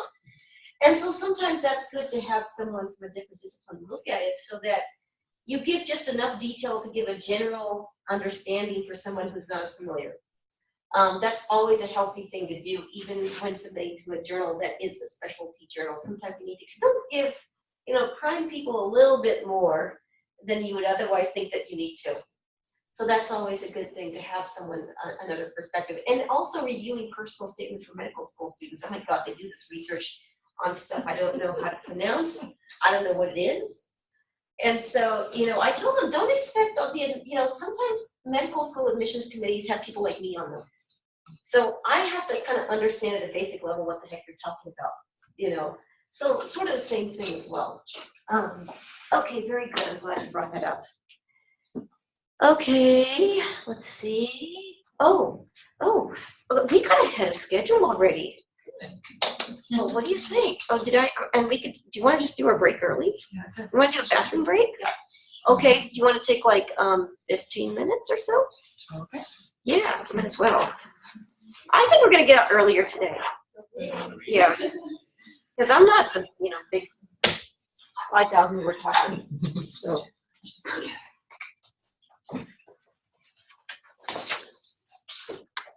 I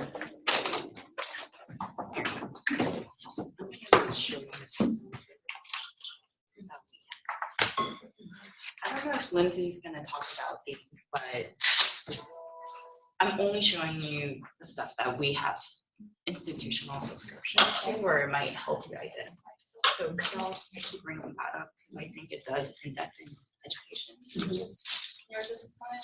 So if you just sort of go, I know how to get there. Yeah. You can just do like anything and just get down to your discipline. You can just check education and just do a search. And it'll just bring up everything that's indexed in this particular database that has like, you know, over 1,000 journals. Oh, yeah. So sometimes it might be too much. So you have to limit it by, you know, doing keyword searches and things like that. But the really good thing about this is I just decided, okay, I'm gonna go to the Health Index website and see what they're doing. They basically just published. Can you show me the compare journals? Because I would try to put it in and never touched it. But I feel like I missed it. You know, I don't know if they're gonna do another that. One title like that. Well, I think there was a place where you but 3 months ago, we didn't have the data. Most of this data is from 2014. There's one. It's such a hot topic. Oh, I know. It's a huge thing. It's just so hard to. I bet you they've got lots of stuff coming in. I bet you they could do another one. So I think what you do, Dr. So No, no, go ahead. If you do that and then you add another one, it'll take a new one. So just go get another one. Straight up. Do the two. Yeah. Go down. Because Find another angle. They've done it. I mean, and I'll certainly have to. That's what it is. Yeah. Sorry, I overshared, right? I just. You got a lot of reading to do, Fran. Yeah. It's just, it takes me a while. Oh, It seems like you should do something basically. Yeah. But no, but I really like that. It'll be different. They use 2014. He's got 2015. I'm going to 2015 as well. Like, you know, things like that. That's the. I guess, you know, one of the things that why I would ask that because I'm kind of going. Mine's a little less more obscure, so I don't. I'm doing kind of. The other issue is it's still education. That's what it's really looking at. Qualitative methodology. So I'm going to show you 2 more places where you can check too. We also have access to journals and reports. And you can also get various types of information. And this is like connected to web science. So it indexes like a lot of stuff and it tells you the tester and all these other things. So like if you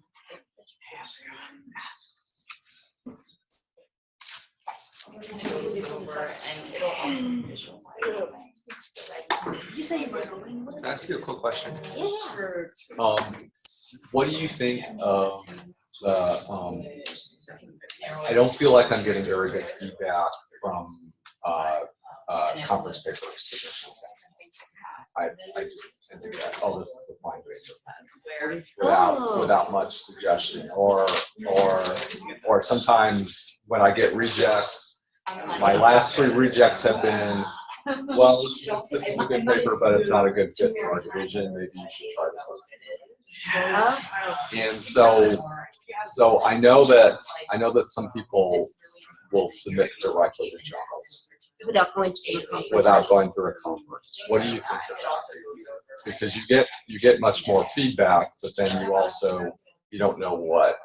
The one thing that I would say from the conferences is that the numerical ranks need to decide which parts are more. And the feedback I actually get at conferences. Yes. No, this one's separate. So to get, but certainly sooner we set up a day, the better. Okay. And it's a discussant who is deciding that sort of thing. That kind of thing. But I also in the RTP but is it like level 2 or something for you, or level 1? It's level like 3? it's a secondary. Okay. And I've hit the maximum number of points in my department. Okay. And I'm wondering, should I just try and do something over the summer and submit it directly to the journal? I would say so. So here's the thing. I think when it comes, at least in my opinion, what I would say about conferences is sometimes the root of who the funder is. I'm not gonna remember anything like that. Whatever. No, but Cadel's, I've always. Right, and we're self-funded in my field. I remember the first time you told me, that's when I started working there. Okay, so it's not, that doesn't factor into it, okay. I want to say that also sometimes when it comes to decision making, when it comes to these conferences, whoever happens to be that year reviewing them. Right. You know, and so it could be there. And the same thing happens for journal articles too. It ends up who you get as a reviewer. You know, so I would say just go ahead and finish it with journal. There doesn't need to be a vetting process in terms of, you know. But I would say, you know, if a conference did really like your article or you got, you know, put into a high category panel or whatever, I mean, sure, I would make that the first priority. But, you know, the other stuff that didn't make it, I wouldn't exclude that from, you know. Well, yeah, in my opinion. Yeah. The main question is, what should I do with what I do over the next couple of years? Should the things I start, should I just be sending? Just send them to journals. Okay. I wouldn't, if you text down conference presentations, you know, that takes time, that takes funding to get them. Well, for instance, my main conference is this weekend in San Diego. So yeah. Oh, no. Yes. I'm going out of 3 things to present. I'm really excited. Next year it's in Prague. As much as I would love to go to Prague, it's like that's like 2 or 3 weeks of productivity. Right. Right. And I may not even submit anything. Right. Because I don't know if I'm going to be able to actually afford to go. Exactly. And you know what? You get more people that stuff. Oh, you taped it on! That's a good way to do all the international conferences when I'm in the States. I feel like I had much less time before. Are you taking them up to the children? Since I was trying to The get children's book room? what's yes. What I know my Yes. Although I'm surprised we have that. The strong thing is not how to do much. You know, I love to go and it's prestigious. It's not. Well, We have a benefactor. This conference it alternates between So bad. And it's also like college so every other year it's in the United States. So college ed uses a lot of extra ones. That's also what we have on the curriculum. That's sort of what I'm thinking about. And then that's the more prestigious conference. Yeah, that's all the curriculum for children's and Okay. When it's on the East Coast. Yes, so you check out, we have this little room over at the corner, right? Okay, that's what I wanted to know. So on the fifth floor, keep going all the way to the windows and then turn left in the corner is a dungeon. The room is a smaller room, it's like 100 square feet, but it's full of all the most recent ones. You can't shut them out. But it's kid friendly and it's a place to sit. I don't know, but if you guys ever want to meet, I just told people to But a lot of students use it as a study room, but I wasn't reading get in there. Exactly, you take priority. I wonder how many hopefully they'll all be back at 10:45 at least. So how has this second year been? So, how long have you been in the summer? Yeah. I didn't say this downstairs.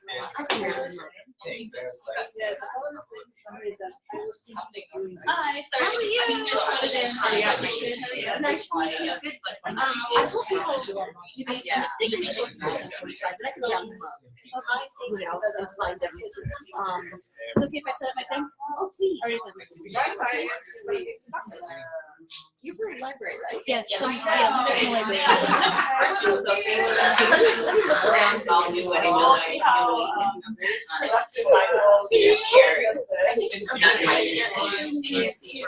I know, but so this is my personality. It's got the right to stuff for the first 4 hours. Yeah, I mean, I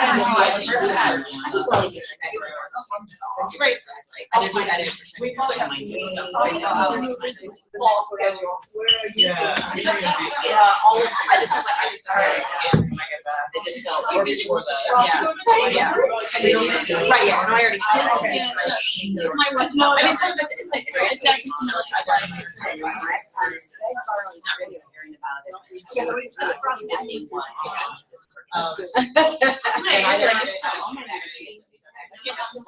that's why I'm that's pretty common. I feel like the second year, I'm not really. That's even Hey there, Michelle. Hey, did you get some refreshment while you were on break? Okay.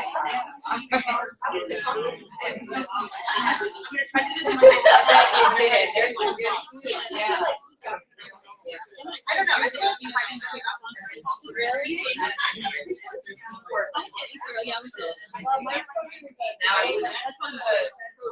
really. Okay. I got a good donut. Yes. Yeah, they're interesting. French ones. Yeah.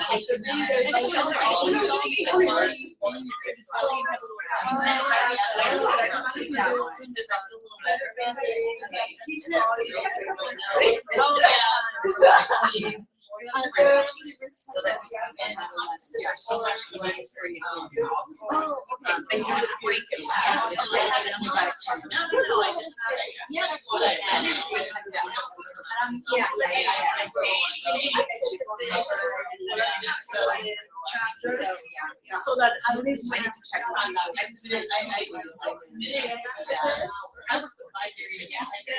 you can just I'll still be hanging out, man. They're gonna come pick up those, especially the first one. I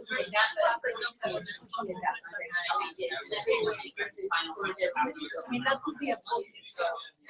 Let me see, make sure that I add it. Because just for me,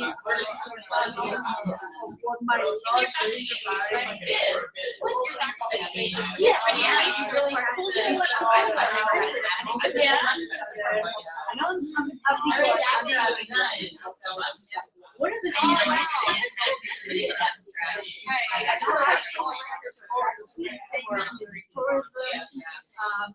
I've been just in my 3rd year, still figuring out all the weirdness. Some food. Very No, but I mean like extracting food from the right triggers. Or administration. Been on the great.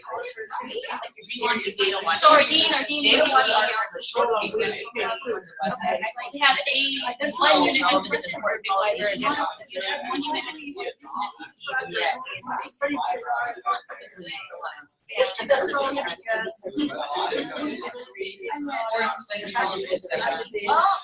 yeah, I don't think anything. I think that's missing is far. Yeah, it is. Or if you become an MVP. Connections there. There's no.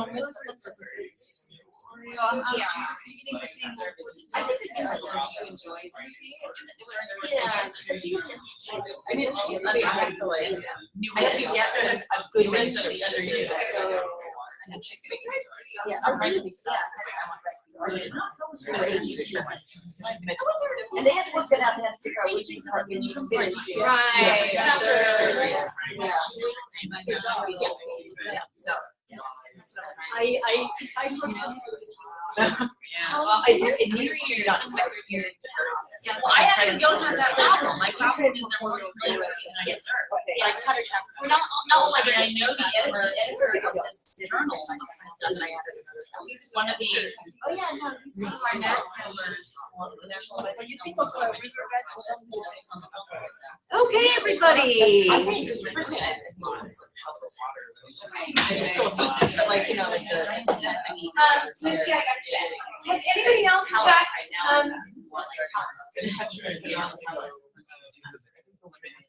Has anyone else, sorry, checked Titanium Communities and they're not able to get there, they're not on?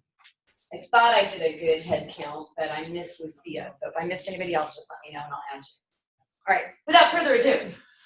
We have Lindsay from the library. Lindsay, from the library. I get people to remember my name. I'm Lindsay from the library. Got the alliteration going on. Hi, I'm Lindsay from the library. Moon's also from the library. Hi, Moon. No alliteration there. No alliteration. Yeah, we'll have to work on that. I'm the instructional design librarian. I've been involved with open access at the library. So I've got 20 minutes to talk quickly about open access and predatory journals. So many of you, you don't have to be, you're not. I know, you said you're ahead of schedule, so much you can permission to. I've never heard that in my life. I have no idea. That's Zoom. Yeah. Oh, somebody's clicking in. Let me. I Zoom for my office hours. That's a good sound. I mean, students are actually coming. Anyways, okay. Yeah, so I might go over 20 minutes a little bit. Oh, how many of you are familiar with open access? You don't have to be. Okay, a lot of you. Okay, so we have choices. I prepared super, not very exciting slides, or I've got a game that we can play. We can break up into teams and play a game. Raise your hand if you want the game. Let's do the game. Okay, raise your hand if you want the slides. All right, game wins. All right. So here is the game. It's gonna have really annoying music. I'm going to mute it. Oh, it didn't work. Go back. Dang it. Got too clever for my own good. Let's go back to this. Clicked the wrong thing. Okay, trying to sign in. All right, so this is open access Jeopardy. I was thinking we could do 2 teams. Let's see, how many people are you all together? 1, 2, 3, 4, 5, 6, 7, 8, 9, 10. Okay, so your team A, and how many is that? That's 5, and then you 2 are team A. Okay, and then team B back there. Is that cool? All right. You kids back there. Team B. We're closer to the screen. If you want to come up with a more awesome team name, that's cool too. All right, so I was thinking that each team just takes a turn picking a category, and then if you answer it, you get the points, and I will track them in the old-fashioned way. And if you don't, then the next team just gets a turn and we move on. Sound good? All right, so let's start team A. Choose a category and a value. Open access for 100. All right. Open access for 100. What is open access? Wait a second, that's a question. I thought it was Jeopardy. It's a question. Well, this is. It's more like quasi-Jeopardy. Sorry, I apologize if this is not true to the 7 o'clock Jeopardy that runs on my TV every day. This is multiple choice Jeopardy. Sorry. But you can still answer it as a question. You can still, if you want to answer as a question, yes, please. What is philosophy? What is funded? All right, you got it. This is a softball question. It's just a philosophy that research should be free of charge, especially since we are a taxpayer-funded institution. Taxpayers are paying you to do the research, and then they also are paying the library to buy the results of your research for access to them.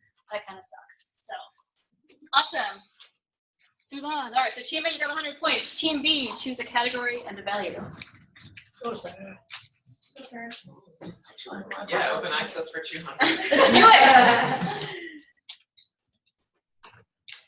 Open access materials are. Ding, ding, ding, ding. Do you have to read the whole question? No, there's that is the whole question. Give an answer. All of this. Just tell me which answer. Who's the answer? All of these answers. All of these answers are correct. If your materials are open access, whether that's an article, a textbook, something else, it means that they're available at no cost to anybody. Anybody can basically do anything with them. You still retain copyright, of course. And generally, if it's a peer-reviewed journal, they are peer-reviewed as well. These are all correct regulations. All right. Team A, what's up next? 300. 300. Let's keep going. What types of materials are available through OA? C, brilliant. Right, so open can mean basically anything. You've heard open software, open textbooks, open access articles. Open is a general philosophy, so when we're talking about open access scholarly materials, it can be anything. It could be a book, it could be a conference presentation, it could be all this good stuff. But they're all peer reviewed? It depends on the journal, just like not all journals are peer reviewed, regular traditional journals. Most open access journals are peer reviewed. You have to select one that is peer reviewed. If you want to do your article to be published in a peer reviewed journal. Just like a regular journal, you still have to make those choices about what you want your article to appear in. All right, so that was 300. All right, Team A, back to you. We just went. Oh, jeez. Sorry, okay, sorry, which we're in, It's Team B's turn. oh my God. Yeah, this is the beginning of my summer semester. My brain hasn't recovered from spring yet. All right, so Team A has 100 and Team B has... No, Team A has 400. They have two. They have 200 and it's their turn. Who wants to be scorekeeper? I was gonna Or poor Lindsay? Who wants to be scorekeeper? Okay, I already know these questions, so. All right, good. Poor Lindsay doesn't have to work so hard. So it's 400 for A and B has 200 so far, right? Yes. You want to come up with names? Team names? Team A are the, All right. The Astros and the academic Astros. I've the worst writing ever, so. All right, judge bees, me. challenge on. What's your name? Brilliant. All right, thank you. Brilliant. Bombers. There you go. What are the alliterations today? All the cool kids. No bombers. All the cool kids. Those would be brilliant. Yes. Yes. Brilliant. I apologize, my mind is gone. Someday I'll get it back, probably not till fall. Brilliant. Bees, B-E-E-S. Oh, there you go. Brilliant bees. Brilliant bees. I think we're just okay with brilliant. Yeah, we're good. I'll just leave that going in case you think of something. You just get bonus points for this alliteration. All right, Team B, I apologize. We got this all under control now. What's next? Benefits for 300. All right, true or false? True. So whether or not they're attending college, university, or whatever college, university they're attending, all students will benefit from open access, even if you're in a country where these things are not affordable to any of the local universities. Yay, awesome. All right, so that's 300. Back to A, ACA Astros. Academic Astros. Yeah, I was like, why can't publishing for 300? Publishing for 300? All right. Ooh, we're going big. You don't mess around. All right, what are one of the advantages of open access publishing? I think it's thicker, more luxurious here. Nice about the large sums of money today. Two. We wish we got large sums of money. That's right. One of the advantages is that articles are widely, openly, and freely available, which means more people read your work, more people cite you, and you also help advance research in other countries where people can build on your work. Instagram famous. You're Snapchat famous. You got a Snapchat story with your awesome research results. All right, awesome. Has that actually been measured that people cite your work more? Yes. Access? I don't have citations at my hand, but yes. Yes. Discipline specific. No idea. Because of my discipline, they're from. Yes. But sometimes in your discipline, depending on how not nice your journal is, you can pay extra money to have your thing open access. So they'll give you, it's not an open access journal, but your article can be open access if you pay $3,000. All right, we just call it. I'm sorry, how much money? They don't. $3,000. We can use brains. Yes, it doesn't It's not always $2,000, like $1,000, $2,000. Yes. And by the way, I'm gonna just throw a plug out there that the library does have an open access fund where if you are looking into publishing with open access journals, we have some funding where we will try to help you. First come, first serve. Yeah. There. And I think It starts every fiscal year. If we have funding. If we have funding. Okay. If we have funding, there will be more But I funding. think there will be funding in the new fiscal. I will not from what I've speculate heard. on anything. Okay. We got a new dean, so we don't know what his priorities are, but we'll find out. We'll find out. All right, awesome. Yeah, we can talk more. I got some more details on predatory journals and stuff too. Basically, when it comes to selecting a journal, just like you select any journal or anything in life, you gotta evaluate it. Make sure it's someplace you want your work to appear. Okay, so back to Team Brilliant.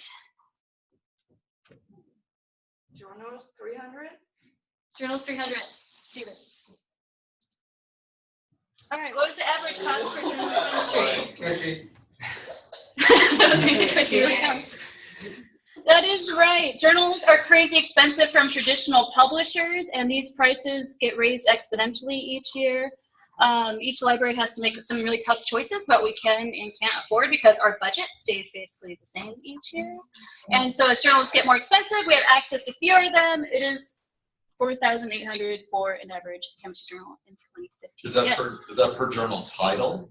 Yes. Or per copy or per issue? It's usually per title, but it really ranges. And It's the the reason- average. Yeah. So every year there's a library serials price survey that goes out where some people who are vendors and librarians get together and do research on what the projected cost of journal prices will be. And typically it's been like 5% to 7% every year. But because our current institution, as Lindsay said, our budget is flat and we don't always get inflation money, that means we have actually less purchasing power every year. A lot of the journals that I use, they seem to be available in Fargo. Like I don't have access to the last 18 months, but I have before that. Because they charge us an arm and a leg for the last 18 months. Yeah. Okay. We can't afford it. Yeah, it's cheaper. The back issues are always cheaper. Yeah, the newest stuff is expensive. Yes. So does the library track how many times articles are downloaded and so forth to be able to justify to themselves? Like, so what's the typical number for that $4,000 that you pay for a journal in chemistry? Like, are students hitting it 1,000 times? Well, it depends. We do a lot of cost analysis based on usage, and we always look at usage to make our decisions because, you know, we're very data driven. But we typically look at what the resource is and the discipline and the nature of how it fits into our institution. If there's a journal that I'm using all the time and it's in that 18-month period, should I let someone know that it would be? We collect stats through Interlibrary Loan. Sometimes faculty request journals, and then we go and look at the stats through Interlibrary Loan. And we compare it to see if it'll be cheaper to just keep having faculty members do ILL, or if it might be cheaper for us to just subscribe. You're welcome to let us know. But If I request something through ILL, do you have to pay the other library for it? Okay. We typically do. And there's also copyright fees if it's within a certain time period as well. Yep, it costs us money, but it's still less than buying a whole journal. Okay. Oh, wait, sorry, going back, if you ever do want us to consider subscribing to a journal, you can always email me and I can look into that. Okay. Sorry. Yeah, I'm the acquisitions librarian, so maybe it was very fortuitous I'm here. When you guys take into account when you talk about that you are data driven when it comes to subscribing to journals, the number of times people try to access journals that are not. We look at turnaways as well. So typically at the end of the year, if we have any leftover money, that's just kind of like one time in nature. We try to see if there's maybe like one-time resources that we can buy. But with journals, it's a lot harder because there's ongoing commitments every year. So if we have very high turnaway for a journal, we might go back and check like ILL and check to see what we can get. If there's anything we can get consortially as a CSU system, we also try to do that too with our partners at other sister libraries. There are a lot of different ways to getting around the pricing issue, but sometimes when you have no money, you have no money. And I'm going to give a plug for our core library. So I sit on the Planning, Resource, and Budget Committee for the university. And I don't know if you know, but we are the lowest funded CSU in the 23 CSU system. If we just had Long Beach's budget, which is just above us, we would double our budget for Cal State Fullerton, double. So they're like 22, we're 23. That's how bad it is. And so our core library is not given a lot of funds. I know one of the librarians that sits on the committee says his wife's at Long Beach. Her budget is at least twice his. He can't believe how much money she has. Her starting salary is also higher than his. And Yeah. He's been here for 8 years. But just as a point of comparison, we're very comparable in size to Northridge, but when I look at the collections budget, because all the librarians just know each other, Yeah. Northridge gets at least 1 million more than us in terms of the collections. So, moral of the story is we all need to write Governor Brown, and we also all need to write the Chancellor's office. And the Chancellor's office was supposedly going to revise the funding model for the CSU so that Fullerton would get more money, but that has been on a back burner. We kept getting promised it would happen, and it hasn't happened yet. So, let your Chancellor's office know this is a crime. So why didn't we get one? It's a model based on 1960, I don't know what, and their answer to Fullerton usually is, so you would take money from the other institutions? And we said, they've been taking it from us and we have 40,000 students. Yeah. So like Monterey, it's a lot more maritime, it's a lot more. It's the same thing with the health center. For some reason, there was something with the health center. We were the lowest funded health center in the CSU. Yeah. But everything on campus is the lowest funded in the CSU. I will say, I think our funding is based on FTE, whereas there's some other ways of looking at it. And I did ask that question when I had that lunch with the provost, and he said, essentially our campus was being, or we are still being penalized for growing when we were told not to. So that's kind of. But that's because we were working that model where that was the only way to get more money. Exactly. So So we it's kept kind of getting a students. So it's a big ugly problem. Great. Anyway, write your Congress people. Write your Congress people. Let's get back to this and finish, and then I can. I love all of you. Okay, yeah, we can talk more about this later on too. And I got a little bit after this about predatory journals. We go through really fast. Let's do say 4 more questions, see who wins, and then move on. Does that sound okay? All right, academic Astros. Right in front of me. What do you got? Publishers 300. Publishers 300. Last 300. True or false? True. Are we paying twice for access to the same articles? Basically, yes, we're paying faculty and researchers to do the work, and then we're paying for access to the results, which sucks. I agree, it sucks. All right, it's 300. Brilliant, team, brilliant. What do we got? Benefits 200? Benefits 200. How do you benefit from making your research available through open access? All of the above. You got it. So more readers, citations, and impact in your field. I know this can vary by field, but there is empirical evidence suggesting this is the case. Easy to link to, so the entire world can read your stuff, link to it in their blogs, Twitter, whatever. You have more control of your own work. You don't have to sign over copyright, so you retain control over your own work, which is fantastic. So this is a lot of good stuff. So all these answers are correct. How are we at? Ready to do 2 more? 2 more, then we'll move on. All right, 2 more. Journals for 200. Journals for 200. Of the scientific disciplines, which one had the highest average price per journal title in 2015? It wasn't art. I'll go with chemistry. Chemistry, it was chemistry. That was that 4,800 one we saw earlier. Yeah, they are the highest. Super expensive. We love you, chemistry, but you are expensive. Because I would have thought supply and demand was maybe chemistry as one of the lowest ones, or lower, because they would have people looking for that kind of stuff. Well, part of, yeah, supply and demand doesn't seem to really play out nicely for libraries. But also there's a lot of pressure for faculty to publish in the flagship journals, and so libraries have a lot of pressure to subscribe to those flagship journals, so publishers know that they have us where they want us, basically. There's a lot of pressure from both sides. All right, one more, Team Brilliant, and then we're gonna add up our scores and move on. Publishing 200. It's gonna be even. It's gonna be even? We do last tiebreaker? Everybody gets a trophy. Final Jeopardy. Final Jeopardy, okay. You can write down here. Yeah, let's do that. Unless you get this wrong. Okay. True or false? In non-OA journals, other researchers peer review the articles for free. True. Traditional journals, who does the peer review and do they get paid for it? No. That's right. So, 11. yet another reason that it's silly for us to be paying so much for journal articles that we're doing almost all of the labor for. All right. It's even. It's even. Should we do last final Jeopardy for publishing for 200? This is where you can have a wager. Sure. All right, who wants to wager? Team A, what do you want to wager that you're gonna get the last? We're gonna wager it all. Everything. All of it. Team B, you gonna wager it all too? Yes. We're just gonna tie. It's $1. Oh, we'll just do it together as a team. We're a team. But no, this is a really easy question. Which of these is not an OA publisher? Oh maybe it's not an easy question. Yeah, no, Gringotts, I think. That's the bank from Harry Potter.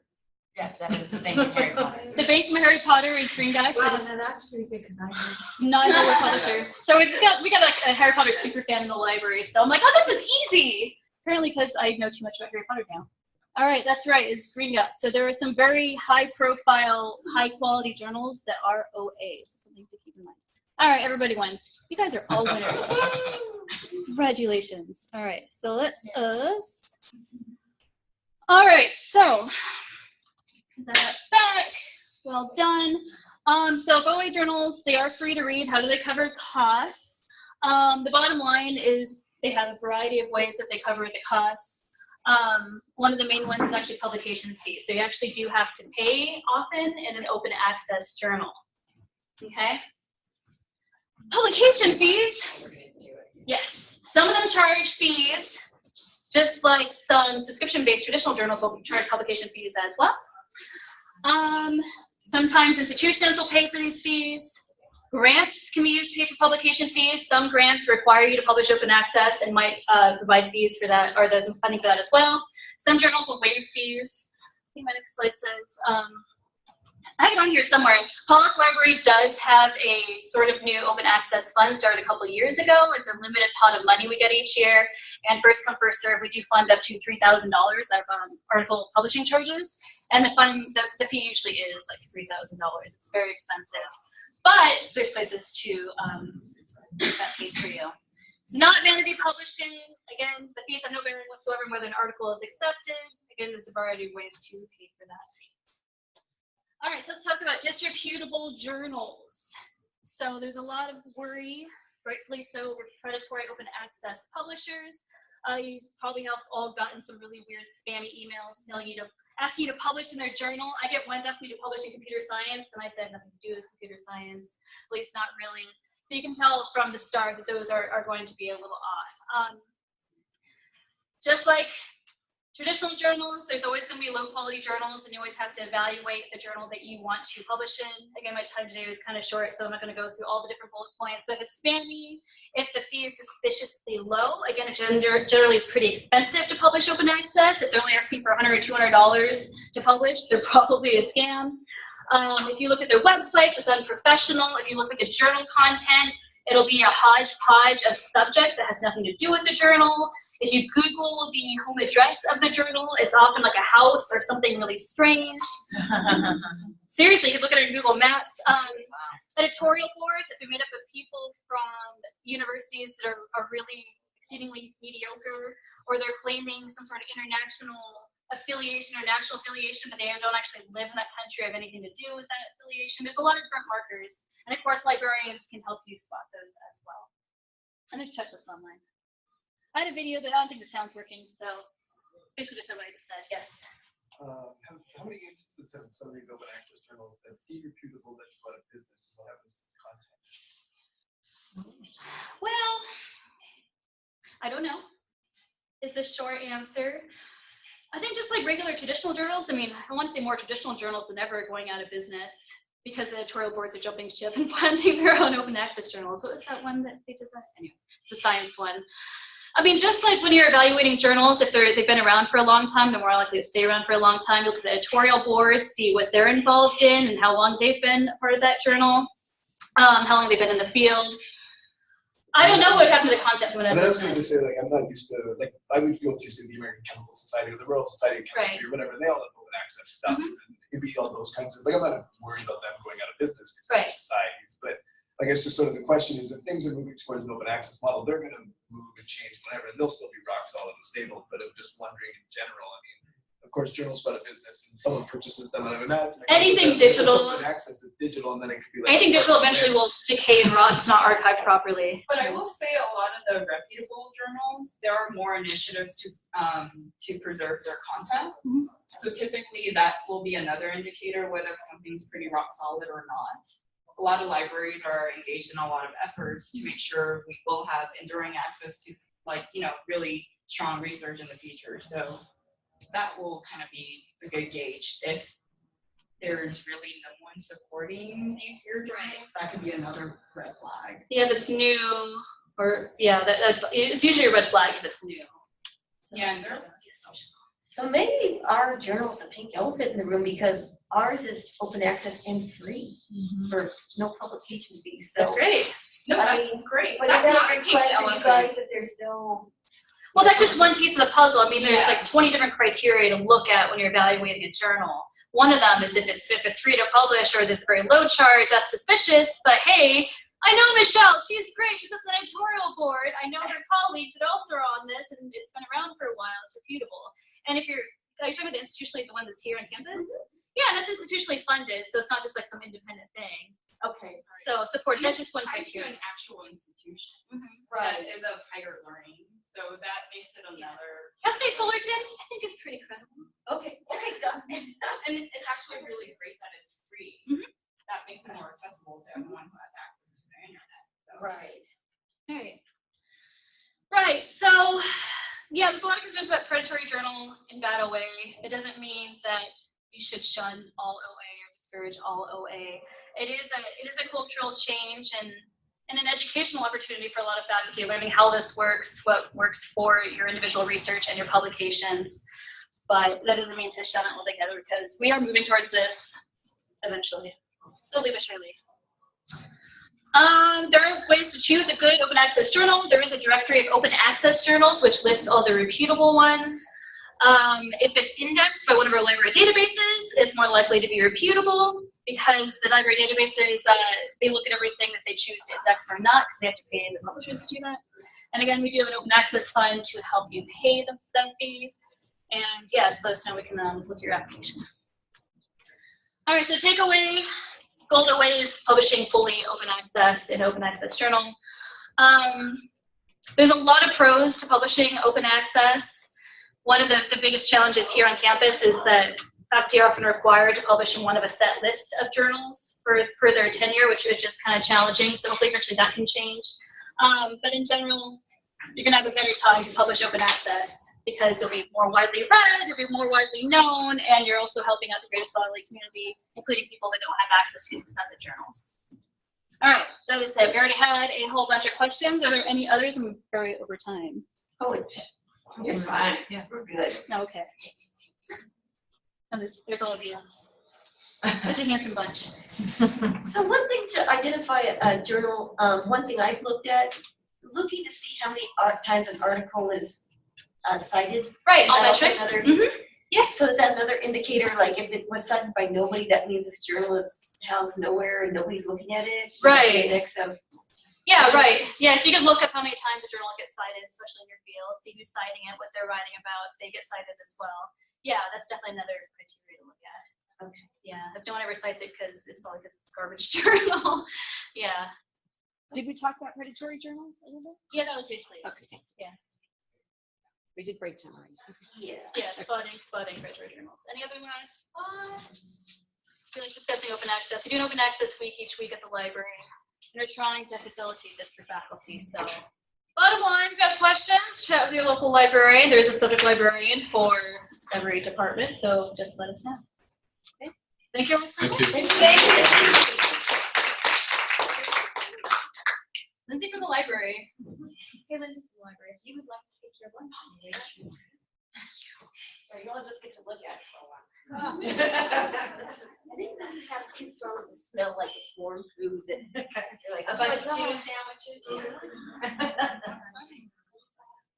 Okay. So anyways, we're back exactly, we're 5 minutes ahead now. Awesome. So anticipating and dealing with barriers, We kind of talked about some of this stuff already. Facing your barriers early on will increase your chances of making more timely progress.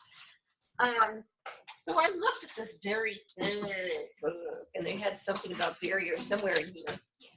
And I was like, okay, what are some, if I had to put them into categories, what would some of it be? It would be, main thing is time. You know, the feeling that there's not enough time. Like, oh my gosh, I have so many other commitments, that kind of thing. How do I put this in? Conflicting priorities. Okay, you got kids, you got vacation, you've got, maybe you're teaching online over the summer, family obligations, that kind of thing. And here's another thing, sometimes time is, oh my gosh, I have too much time. So I feel like I have so much time, and then before I know it, 6 weeks melts away. And then you start to freak out and say, oh my gosh, what did I do all this while? Oh my God, I don't know what happened. So, you know, the barrier of time can happen either way, too much time or not enough time. Keeping the bar too high, that I must put away everything else, that I must not have a life and able to be able to get this done, that I have to sacrifice everything. Sometimes people feel that way, that they don't get the time to it, because you need some of this time to enjoy yourself this summer, because, you know, when this fall semester hits, right, and you got your teaching preps to do, and you've got your committees to be on, and all your emails to get, your office hours. I mean, really, you do have to give yourself the due diligence. I know somebody said, okay, this is my life for the summer. You know, to the extent that you enjoy that, but also I think it's important to rejuvenate so that you're ready to go for the fall and feel invigorated to jump back into all that. So, you know, oh, I need to read one more book about the topic, etc. You know, that's another thing when it comes to, and even this book will say so because I kind of glanced at it. You don't have to cite every single article possible that could be cited. You know, it depends on your discipline. I would say in our discipline, maybe 40-something articles, 50-something articles is reasonable. Or, you know, it depends on the discipline, it depends on the topic. But you're not obligated to cite everything possible. Sometimes people feel like, I haven't gotten enough, I haven't gotten enough, I haven't gotten enough, I haven't gotten enough. And so they just get sidetracked and delayed because they feel like they haven't gotten enough. I would suggest that you get the critical mass of articles that you need for a particular, as much as you can, in a particular area that you're writing your section on. And start writing. And guess what? You know what? Most likely anyways, if your review wasn't quite as comprehensive enough anyways, I mean, do what you think is best. Do enough. But if the reviewers want more, guess what? They'll ask you for more. If you wrote a well-written article, but they want a few more citations, that's a very, very fixable problem. You know, the reviewer will say, oh, well, you didn't cite my work. Okay, well, I'll cite your work. Okay, sure, no problem. You know, so don't get too subjective about how many articles to cite. One, you can kind of go according to previous articles, the journal that you're going to submit to, what the norm seems to be roughly. And then also what you feel like is a critical number of articles to write enough to sufficiently cover the content of what you're trying to explain. And also, of course, get the more recent articles. So I wouldn't cite the 2002 articles. You know, go for the more recent ones, of course, anywhere from 2010 till now is another thing, you know, to keep your number of citations more manageable. What else? Oh, emotions. You know, especially after the first year, I get it. You know, you're not in the mood, I'm tired, I'm surviving. I survived, I need to sleep, I need to just kind of, and you need to give yourself that time. So yes, that week or whatever, that 2 weeks you need, or whatever it is that's going to give you the joy back in your life that you kind of forgot about for this last year. You know, there's time, we're giving you calendars, and so there's time for you to put all that stuff in that you need, okay? Oh, and of course there's a lack of confidence thing, of course, too. You know, we kind of talked about that, the imposter syndrome, and I don't feel like I'm an expert enough to just even start writing. You know what? Take it objectively. You know, read the articles, write it to the best, you know, summarize it, synthesize it to the best of your ability. and you may be surprised. And you know what? You have your group mates to kind of, and your co-authors for that matter, to give you feedback. And you probably know more than you think. I mean, you got your faculty position for a reason. You interviewed well enough to convince your department that you know something in the area of research. So I bet you're okay enough, even if you don't feel like you are. Existential questioning. Oh, am I meant to be a faculty member? Oh my gosh, this research thing. Oh my gosh. You know what? Just go with faith with your schedule. Just say, okay, even if I don't have the confidence and I'm kind of questioning whether I should be here or not be here, just go with the schedule, you know, stick to it, see what you get out of it, and maybe with some good results and maybe a little bit of some success, the existential questioning might go away, you know, and put those emotions to the side in that regard.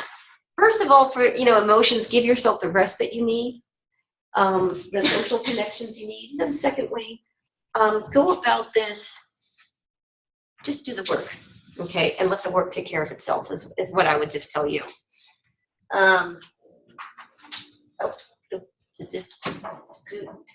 Okay, so time management, the solution to overcoming barriers, even as little as a 1 hour time commitment. So this book, if you read this thick book, it will tell you, you need as little as an hour. And I was thinking, what, really? An hour a day. All the articles I've done, you know, I didn't really think about how much time I put into every article or how often I did or whatever. But I gave it a try in the last couple of weeks. And yeah, you know what? If I carve out an hour of time where I don't have the TV on, I don't have some dog barking at me or kids screaming at me or something like that, you can get a lot done in an hour. And, you know, your best hour per day, you can get a good hour done. Some people have different styles, perhaps, where you just want to devote your whole day. It depends on you. Those of you who have kids or whatever, you probably the best you're going to get is an hour, you know, of the quiet time. And you know what? You could get a lot done that way. So developing an excellent roadmap, but getting there, actually following it, tailor it to your preferences. And as I mentioned, you know, about the emotions here, don't get into the emotions. You don't have to over-evaluate. Sometimes that paralyzes people. You know, they have to perfect the sentence. They have to write it perfectly. Get it dirty. Just start off dirty. Start off with small chunks of things. Pick away at small things that you could do. And don't fuss over the writing. Really, just go for the content. Go for, you know, the articles you need. Go for the content. You could fuss on all that stuff later. Just get the dirty draft of things out. And the wordsmithing can happen later. Let's see, what else? Okay, examples. Oh, here's your worksheet, the time management worksheet. Oh, and I said, Erica, no, well, you did it for me. So here it is. The time management worksheet. We have day-to-day tasks. So let's just pass this out here. We've got, so you probably have Google Calendars anyways that you can use, but just for now, you know, with your groups, you can, oh, Erica's not here. She might have put it on your Titanium community as well. She did. Okay, she did. So in case you want the paper copy, I have these here. So here they are. What did I give you? I gave you that, and I gave you this. And so this is how you want to regiment your time. Have you ever done this before? Have you ever regimented your time like this? Yeah. I always get my students, my pre-med students have to get this too. I don't know why I don't have enough copies of this one, but I have copies of them. I think this is the more important anyways. And you have it online too. Yeah, it's online. But I have one copy of this. I know. You know, I'm the worst writing ever, so I try not to do anything. Yeah.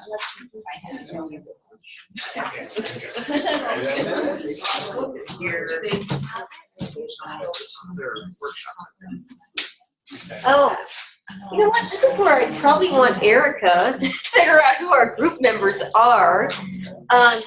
You know what? I want to do a useful, until Erica comes here, we can figure out who our groups are. I think what we'll do with our time is the following. let's talk about all the little tasks that goes with, let's just brainstorm, let's have a big checklist up front here, so that we can do that first, and then we can have lunch, and we can find out where groups are when Erica comes back. And then, you know, during lunch, we can find out who your group members are, and you'll talk about how you're gonna do things. But I think right now, we'll make like a sushi list, like everything, you know. So why don't we write everything that goes into writing? Oh, well, you know what, we're almost ready for the. I'm working on your thing right now, so if you wanna go ahead and start eating, and then We'll do that for like 10 minutes. Okay. Within 10 minutes or so, thank Okay. you. So, sounds like we're on track for everything. I think we're gonna get out of here now. But the way I think of this group is we're not gonna do as much today, because I don't wanna talk forever, and you have things to do. I feel like a lot of this stuff is gonna happen during this summer, that you're gonna meet in groups, that you're gonna meet with me, and that's when a lot of the real work is gonna get done. But today, we can try to kind of guesstimate when you're gonna do what, and who your groups are, when you're gonna meet, that logistical stuff. So right now, I think it would be a good time to make a list of everything that goes into, starting from beginning to end, what would go into getting your work done in terms of the end goal being submitting something somewhere. So I would say, let's just start from the beginning. So, because these are the things you're gonna populate on your calendar, whether it be online or the paper one. So what do you think some of the tasks are? Identify a journal. Yes, that would be my number one. Not a predatory one, right? Identify. And forget misspellings, because that can happen, man, all the time. Okay, so that's the one. So you can narrow, you know, so maybe you have to think about how much time that's gonna take. I mean, we could put estimated time, but I think that's gonna vary for people to people, right? You could just kind of decide for yourself on those things. I always underestimate the time it takes to actually do the submission rather than the article. I agree, because you have the format. Right. Well, and also just dealing with whatever electronic system they have. Yes. Writing the letter to the journal editor. Yes, that cover letter. Yes, absolutely. Keeping your password in. Oh, okay, so let's put that at the end. Let's put that somewhere over here. Okay, submitting.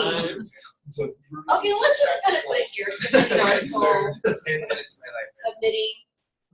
All right, that takes a while, submitting article. So we'll put the subtasks in there. I like that. Cover letter. Oh, and you know what?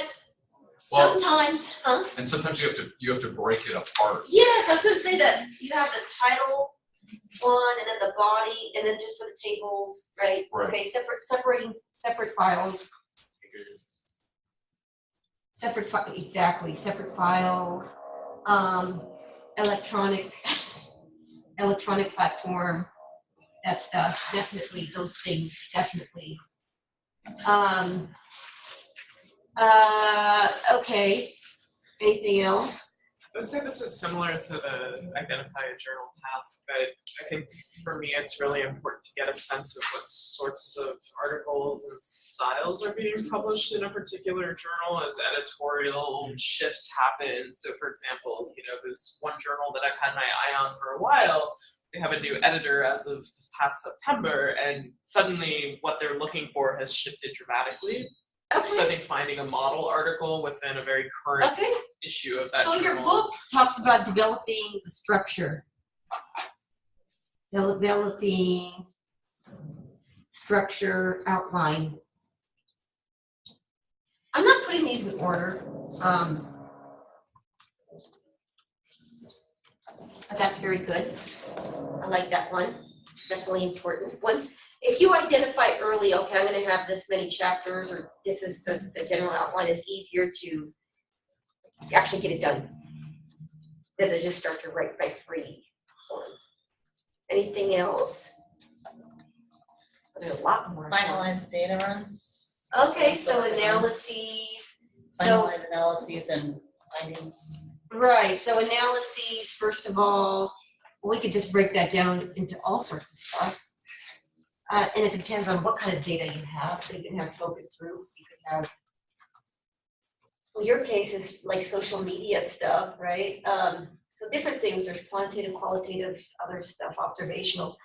So analyses, you know, so I guess we could say maybe formative, perhaps. So maybe, you know, in our case, in one discipline, it could be descriptive statistics or, you know, that kind of thing. Formative, hypothesis testing, you know, that kind of thing. You know, for others, it could be synthesizing.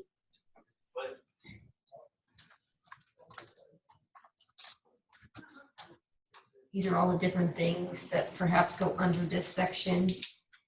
Well, actually, yeah. Well, this would be more results. I mean, when I think of analyses, I think of the analysis section of the methods. So we'll just say results. Right. Along with that, I would say creation, you know, presenting the results, right? Presenting the results. And that could go a combination of the following figures, tables, text,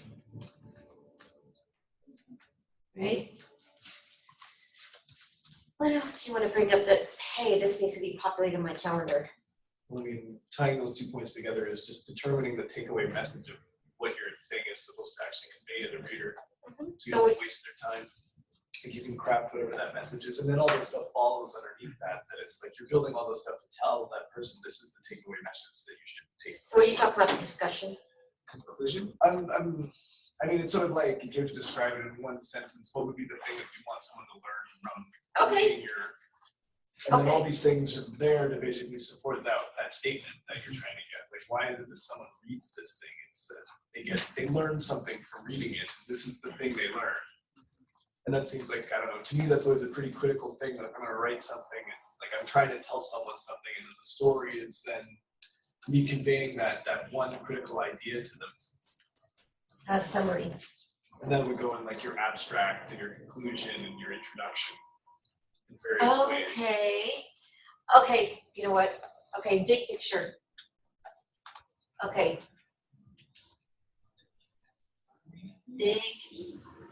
Got it. Big picture statement.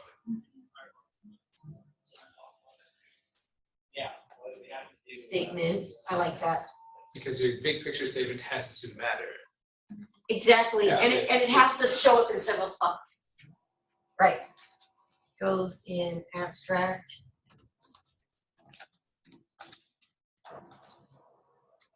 And discussion. I like that.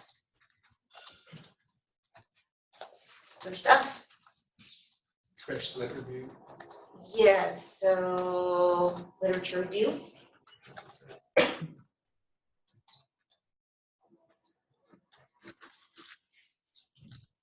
Literature review, I would say to get more specific literature review that complements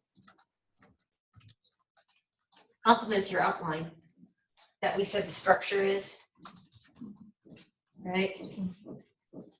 So that you just don't go, you know, make it more, remember this is not a dissertation, this is not a thesis, right? This is articles. So, you know, for those of us who are fresh out of a PhD program, we have to kind of remember that as well. So it's not quite as a daunting task, it's more focused, it's narrower, it can be narrower than whatever you did for your dissertation. Okay, that complements your outline. And I will underline and not more.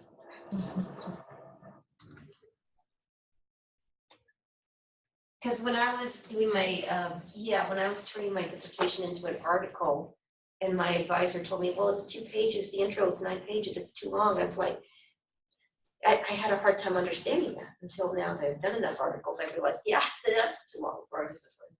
Okay, what else? To analyze the data. Yeah, that's kind of what the results are. Your results / analyzing data.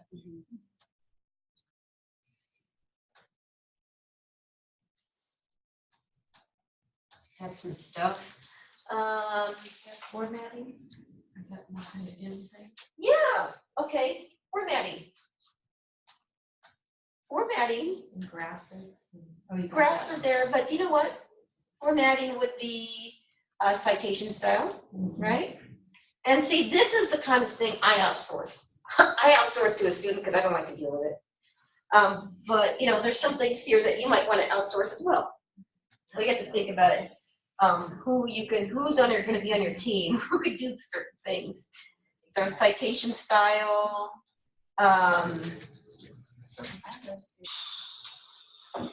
That's the main thing I would say for formatting that we haven't covered already. So this is kind of related to citation style, but before I start writing, I have to figure out what tools I'm gonna use. So like if it's gonna be like EndNote or Zotero, or if I need to use visualizations, like do I need to use Tableau? Or I always have to build in time to see if I need to learn how to use a tool to do whatever I want to do. Tools or formatting. It's like there's a freebie version, but there's it helps you visualize your data. Yeah, it's for big data visualization. We can get free copies actually as educators, so you can get a free license, and also for your students. What's it called? Tableau, Tableau. Visualizing. It's data visualization. Like if you have a lot of data. No. You know what?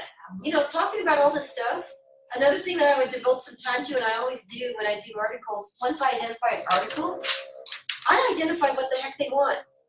Oh, you know, so that kind of informs my developing structure outline. So I would say I would put some time in with getting familiar with the journal website, right? Where I have to submit, what their expectations are. I mean, that kind of feeds into the developing the structure, but that in itself is a whole other activity. I get familiar with that website for the journal and say, oh, they're expecting 200 words for the abstract. Yeah. They're expecting not more than this many citations. Yeah, it depends on. You know, that kind of stuff. Getting familiar with journal website. So I always spend at least an hour on that. I would spend 1 hour of my time on that. So that kind of goes with, you know, of course this is not a order. Revising? Revising, oh, time for editing. You're right. And you have to back up. Right, so you have to edit, proofread, right? It's mostly like super big data analytics that sometimes either crash Excel or. What are some other things you need to populate on your calendar here?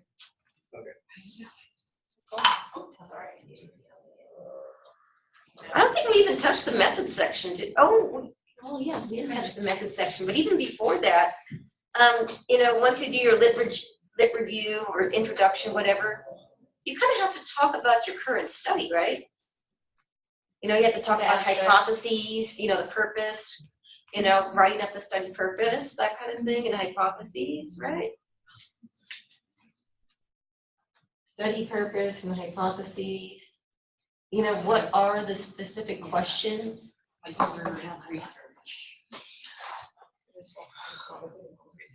Or the chapter, you know, the purpose of my book chapter is, right?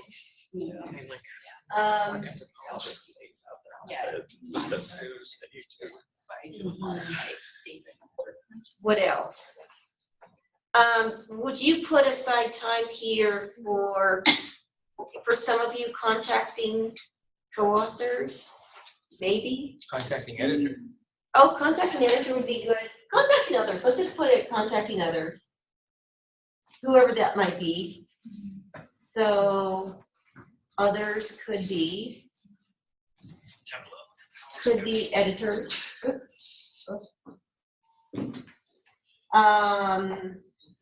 Who else? Possible co-authors. If you find out I want somebody else to help me on certain parts and I think they're reliable. Students.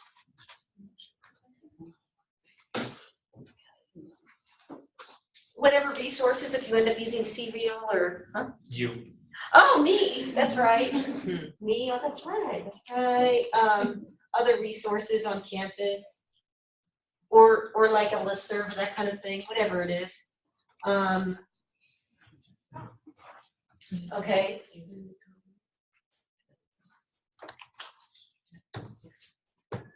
We didn't really talk about methods, but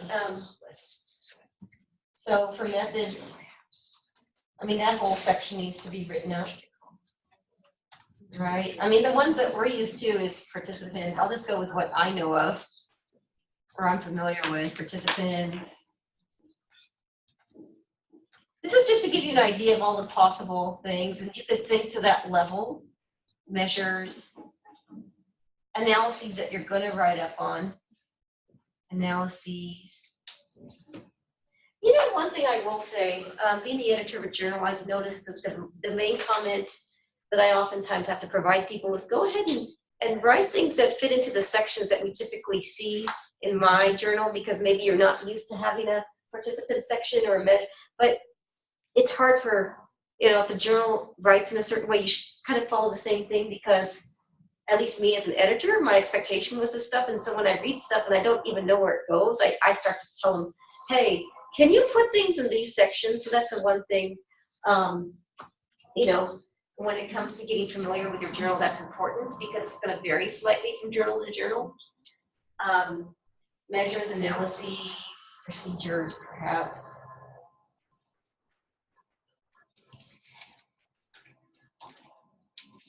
Okay. Yes. Two sections that are not on here, but getting a tight abstract and also just your discussion section, which goes along with the big picture, but it's not just the big picture. Right. So abstract, I would say that typically happens towards the end. Abstract / keywords. And keywords, that's right. And I know we kind of talked about this, but it's on the board. Just make sure you build in time for like IRB approval and things like that. I would hope that, does everybody have IRB approved work that they're using? I mean, if it's applicable to you? Yes. Yeah.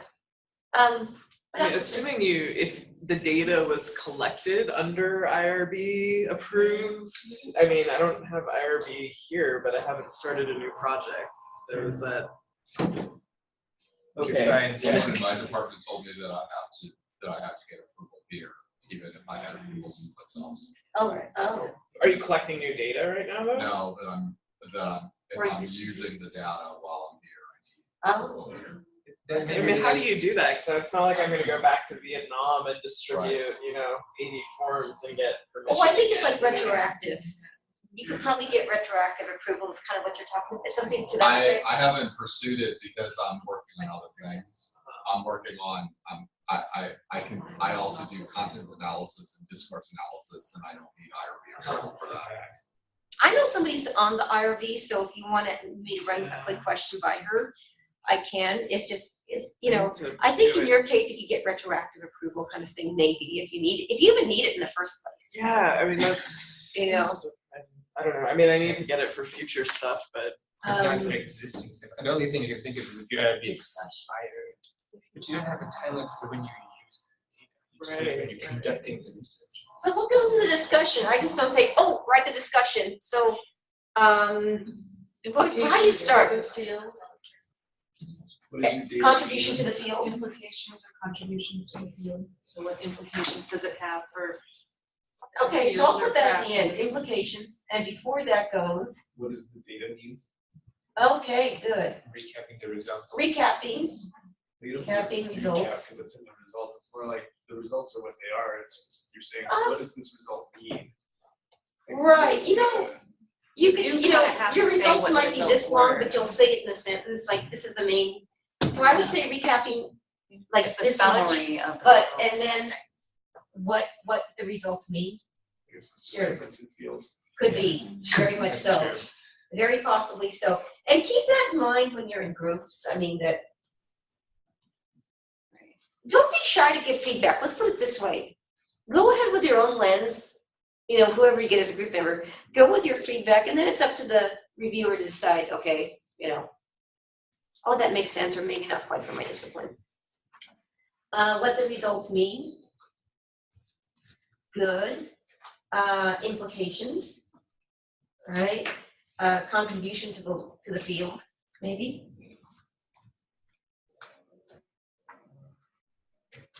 To the field. Oh, you know, when it comes to submitting, sometimes you have to fill out disclosure forms or whatever. And sometimes you have to get them collect them from your co-authors as well. Disclosure forms. I know of a journal that makes you also submit bullet point sentences summarizing your whole results. So rewrite your whole article in 5 bullet points.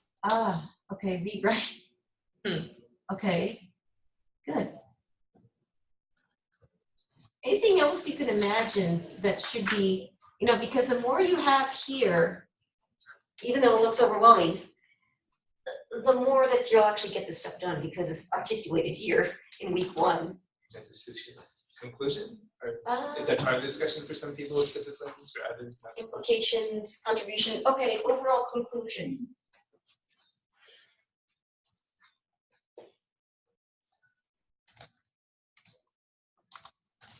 Anything else you can possibly think of? Limitations. Oh, yeah. Further research. Limitations. I like that.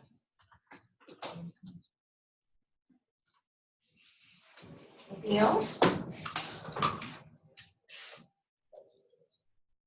I will just put up a cautionary note. I was just looking at the website of the journal I was seeing. And they mentioned specifically on the author's guidelines, they want the limitations to go in the methods section.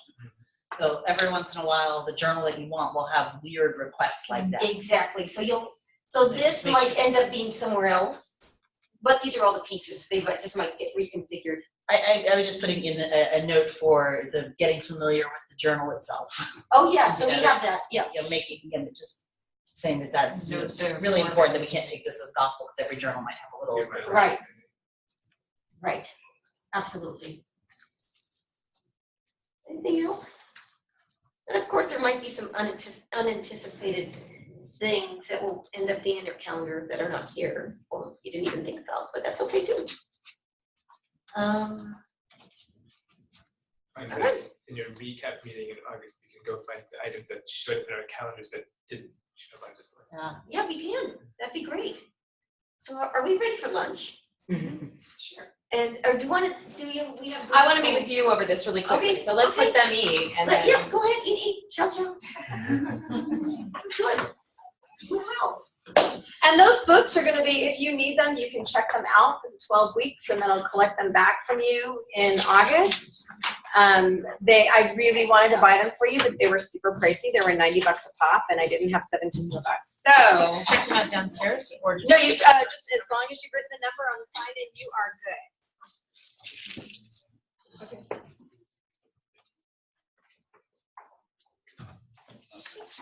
Oh, super. Oh yeah, yeah.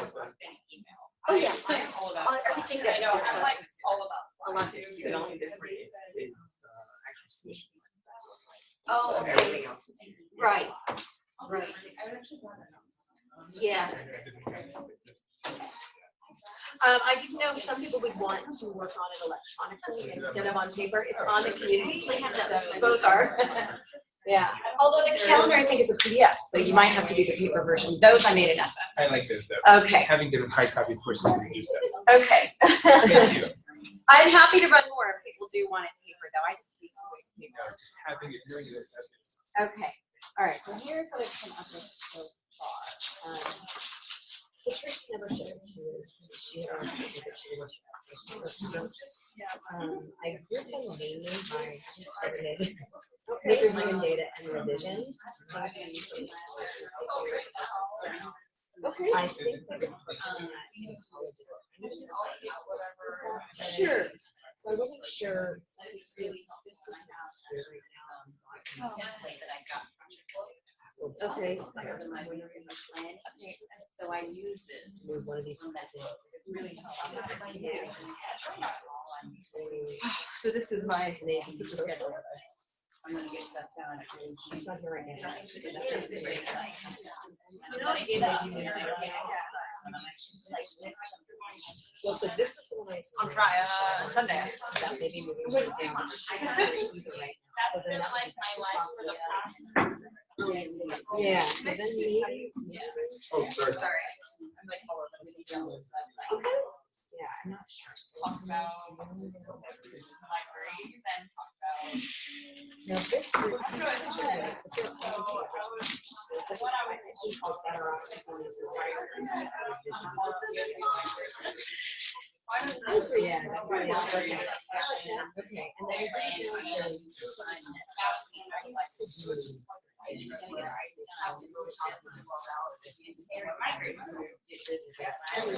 yeah. We have Carmichael, he just showed you the beginning of it. Oh, so and he doesn't. Oh, no, but I just like. Yeah, but he's still. So.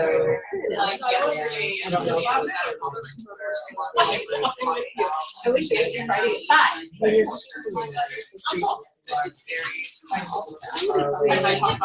That is fun. Yeah, I mean, I don't think there's any. Wait, Chad could be. There were a lot of people from all over. This group really seems to be more in the middle. I think they're okay. What do you think? I think other than this move, I think. Huh? I would. Okay. Yeah. Find out how it works. All right. So I will go add them to KBs right now. Under their blocks. Okay. And we'll be ready for them to work. They're kind of eat a little bit. Okay. I'm hungry too, so I'm grabbing a sandwich. Yes.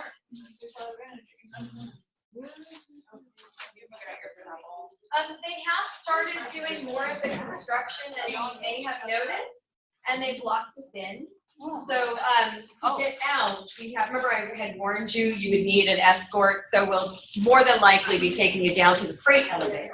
You're kind of getting a tour of the library. I know it sounds exciting for you, but we'll take you out the freight, so. Okay, so just let me know, and I got a key. I'll take you on down. All right. I'm sorry? Okay, so what's your phone? Yeah, all right. We're just giving them. Okay, that's a good idea. Yeah. I've been banking my miles with other airlines.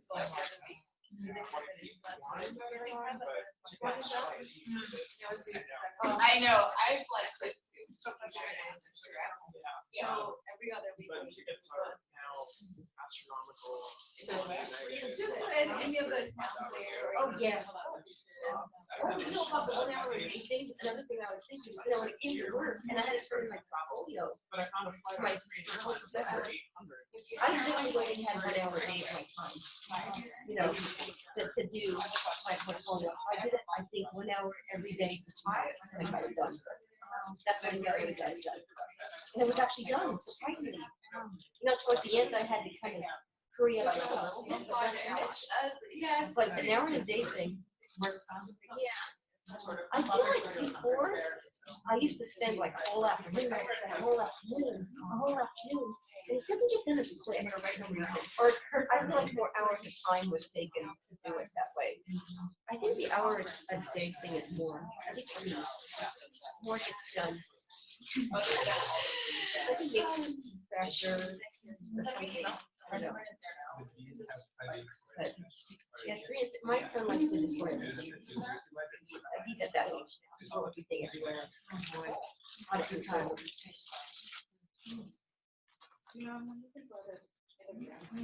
So I know.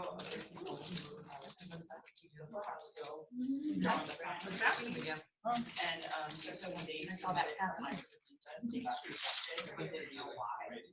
For me, now I have to do be a portfolio leader that writing. I feel like I could get applications. It's been a while since I remember where I left off. You know what I mean? Dr. Glasgow. Yeah, I have to like, and I get almost like fired up when I read it all. I start over, and then I'm in it. It takes an hour to get in it. I think if I did the hour a day thing, I can remember what I did yesterday. And the problem is when I take a several day break from something. Oh, yeah, and I don't remember. I need that time to remember what I'm doing, but I You think do it if every day, you might stick in there. yeah, I think it would. When I've been able, well, when I was finishing my dissertation last summer, that's all I was doing. Right, yeah, other than teaching. Yeah, online. I know my dissertation, I only wanted it to be a year. Oh, yeah. Oh, yeah, I feel like when I do an hour a day, I don't forget, and I can just snap back right into it. No, I am good when I have accountability. So like when I started meeting with my chair every week, every other week, so that's why I'm hoping this group will kind of keep me, you know, on track. I even, this was a family counselor was visiting, I can tell her, like, okay, get that done by this date. Okay. I need people to hold me accountable.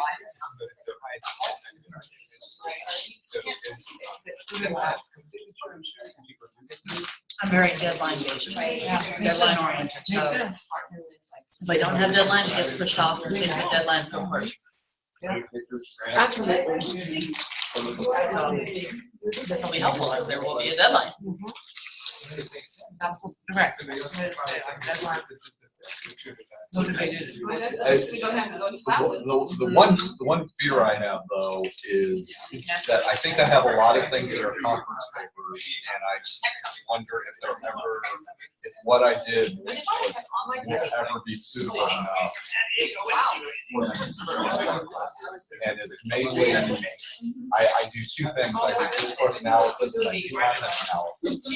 And my content analysis tend to decline, but I have not yet got a discourse analysis. What's your department again? I'm sorry. Communications. Communications, discourse. And the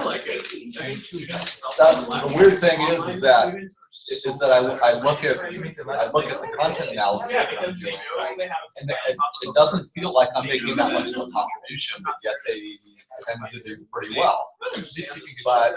But what I'm doing with discourse analysis, I think for me it feels like what I'm doing is more important.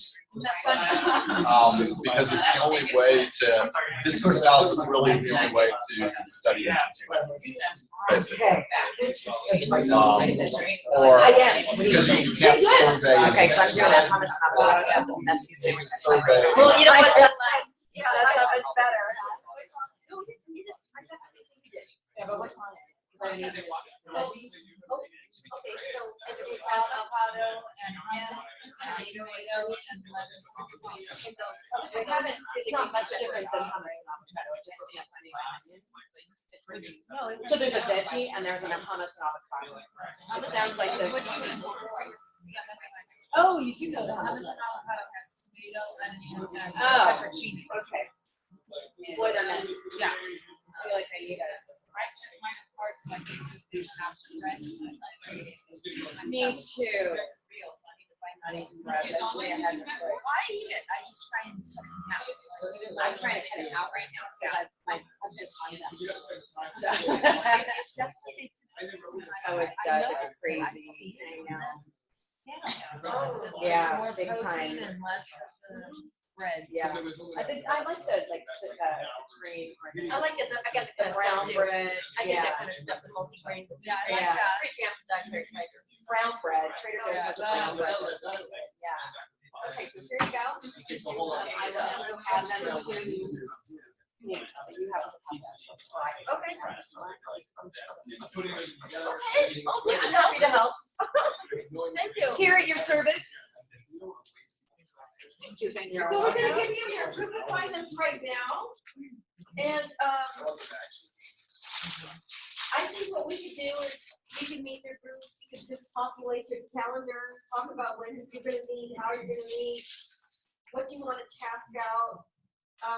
Give yourself estimates for the different times of how long you think it'll take to finish your task. You don't have to be perfect. It's always just, you know, as long as you're getting something, you'll get closer to achieving your goals, even if some things take more time or less time than anticipated. So I wouldn't freak out too much about how long the estimated time will be to do a particular task. So you might want to reorganize yourself. And this is your hour to chat. And discuss whatever it is.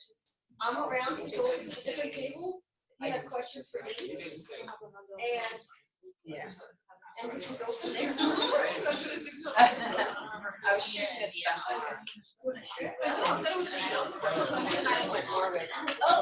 identify yourself. Okay, so. And I'm in the vision. Okay, so. Where's group 3? She's good people. Okay.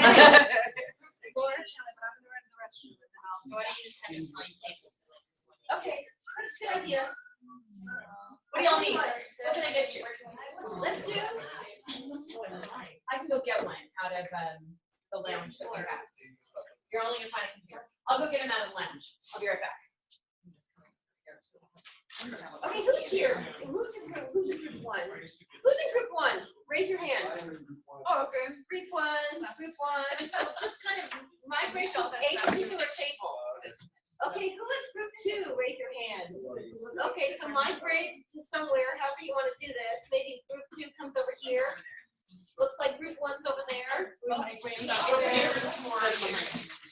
Okay, we have group 4 over here. Group 2. Okay, and group 3, raise your hand if you're group 3. So we'll have group 3 over here. Steal your spot. Oh yeah. Comfy. Oh yeah. Oh yeah.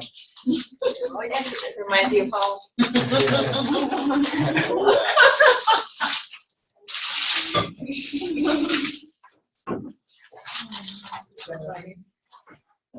No part of Canada?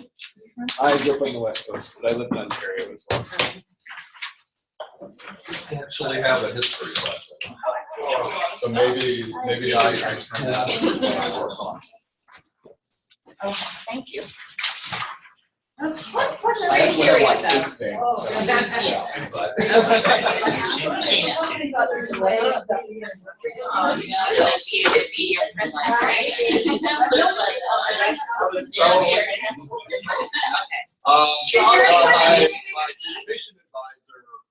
Anyone need more sandwich? Was arguing It's falling apart. You don't even need to put it in half. that I should use it all. I love it. And combine it for the. Oh, nice. So what I do is I research how. Oh, there's only 3 of us? No. I came in a year after. Basically, the relationship. And that can be narrowed down into analysis. Sort of like more it used to be more of a discourse. Yeah, Which now it's like- I'm ending my second year.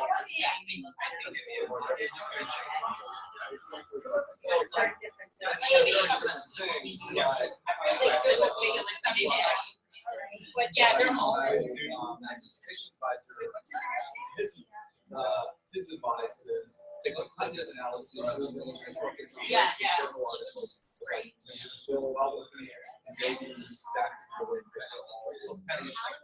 but then, Yeah. the bigger picture, that should be. But on the other hand, I also like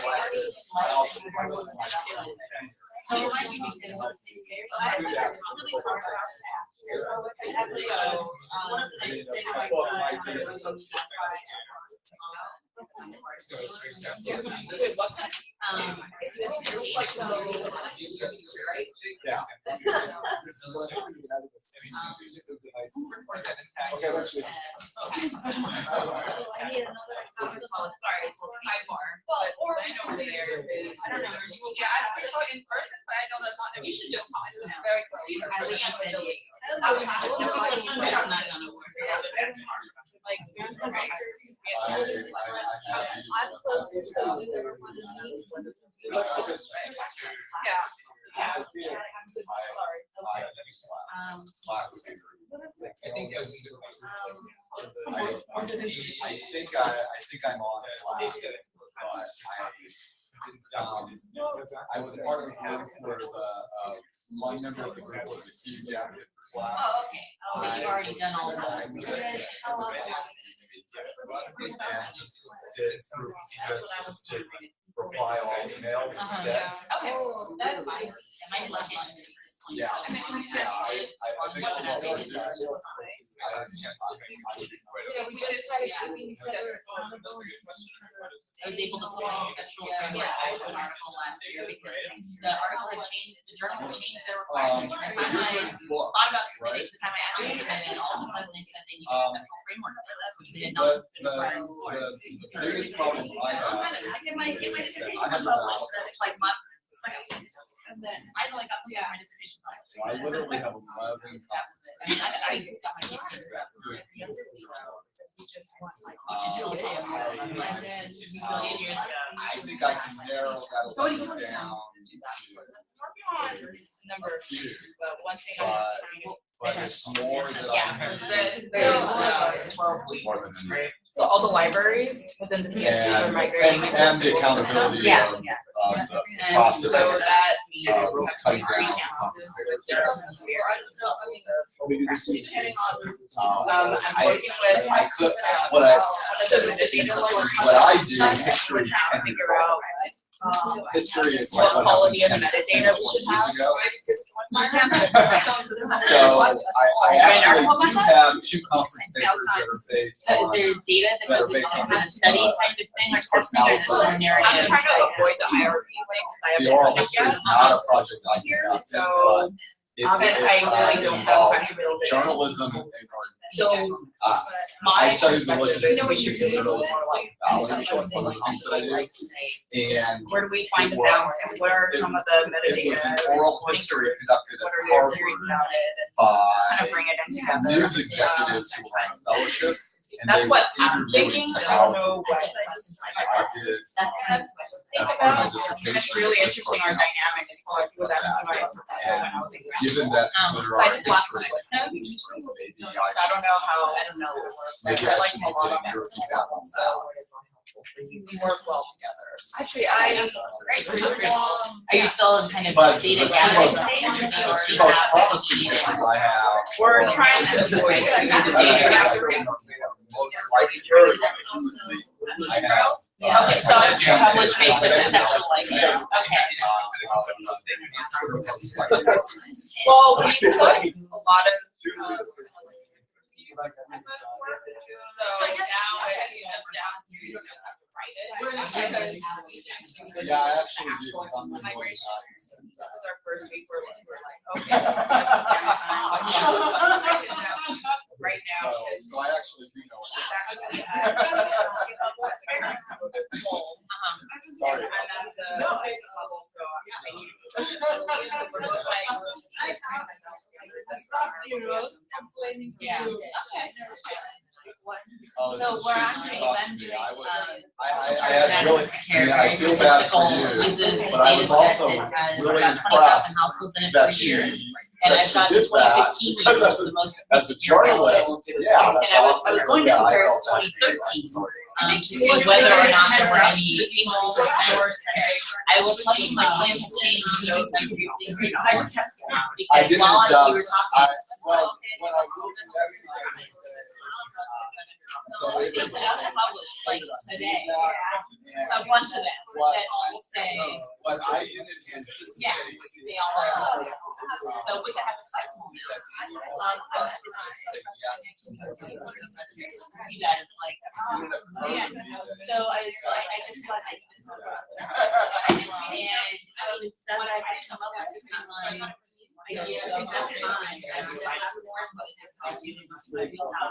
I do have publications on racial and ethnic disparities, and that data is available in my data set that I have. And so it would not be hard for me to run this analysis by stratifying race and ethnic group and then compare whether or not there are any differences in the experience of accessing care among people in 2015 who are now covered among these racial methods. Because there's a lot of also research that's been published. I found a fact last year about well, the insurance coverage means eliminating every racial method. I can cite that, we already know that. But, well, it's all California data, so it's comparing within California.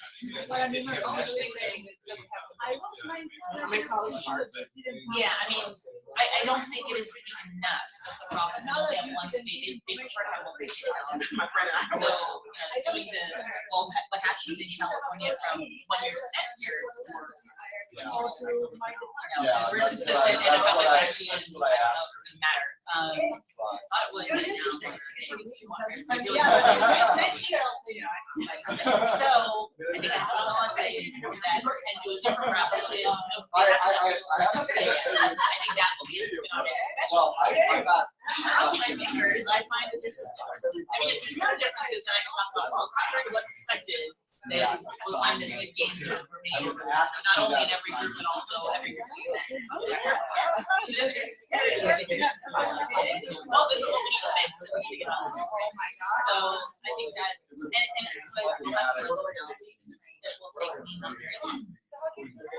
But I have found in the last couple weeks of the semester, I found a few more times. Well, and I didn't know that.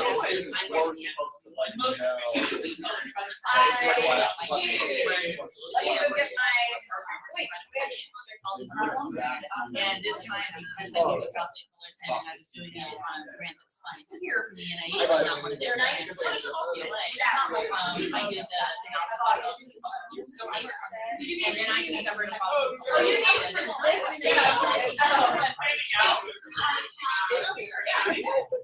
I should have.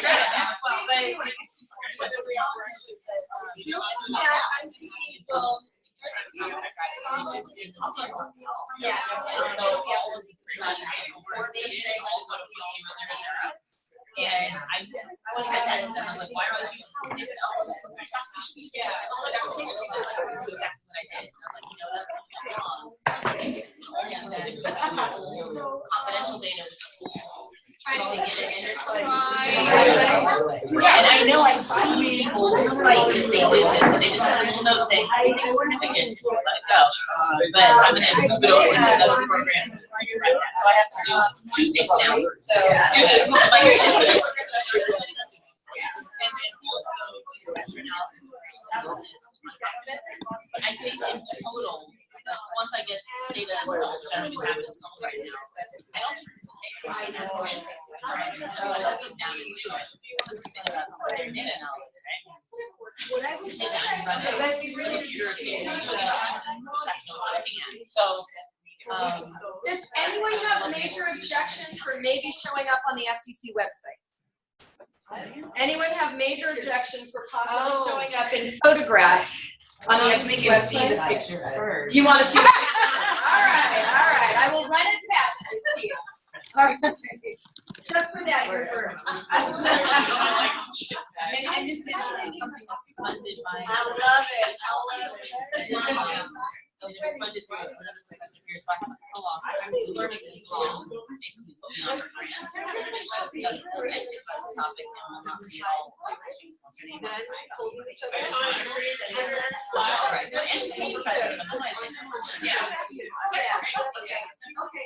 And they're I mean, so I'm gonna get no call. And I think she will review it at the end, yes. She will review, I mean, she has to review before I email it. I'm sorry, I was not. She has breast cancer. We can try to do that or I'm using two very so device. No, it's not actually. It's pretty elegant. Yes, Sora does too. No, Sora, yeah, no, our chair. There's a whole contingent of people. Yeah, Archna focuses mostly on nutrition. I think that's perfect.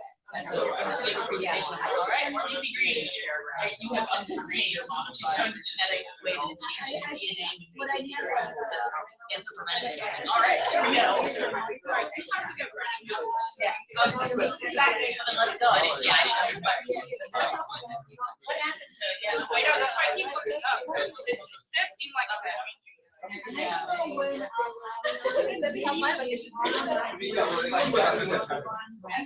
Yeah, we need to figure out. Start all over. And I will tell you, I have a 2 vacation schedule in June, and I was really, really hoping not to leave my laptop. That is my goal, is to be able to get things done so that in 2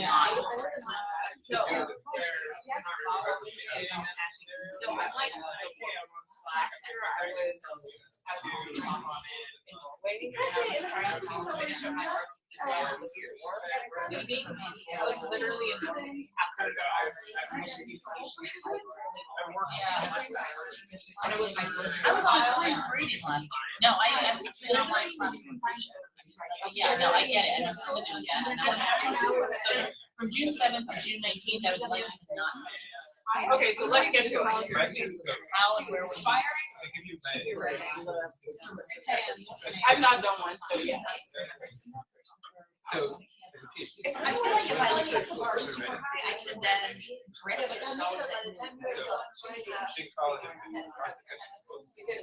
That's true, but I can actually. But I'm gonna be doing other stuff. So this is maybe completely different from what we're doing. I also. But just so No, I like it. so you stay and Yeah. Well, and I always was. Yeah. Yeah. I'm right in the middle. I'm teaching on Tuesday, Wednesday, Thursday afternoon. Doesn't have to be Wednesday. So I'm teaching from 1:30. It's like one of the models. I think that sounds really good. So, I'm just all worried about. Maybe I So can. should we do Thursday instead? Oh, maybe I just. No, we can build that. Yeah. But I just just 6 hours and ahead. good feedback from Oh, two people. how about the 6th? Yeah. You don't get a week, which is Right. No, I mean, just like it's 10 a.m., 9. No, I'm just saying like more obligated to which so I have. Okay. Yeah. Wait, are we all kind of running? No, I'm just asking. Yeah. I am. Are you? Okay, so we're all writing. I think it's like that same group. Yeah. And we all have. Right. All right, well, I like that quite a bit. And so this week, we're in the middle of, do you want to make Wednesdays or Thursdays? Doing it or doing it Fridays? What do you think? And No, I think it's whatever. or Monday? I think what I'm gonna do is send it, Spend Friday. Do we have booze? That's why I'm like, let's figure this out before I get you.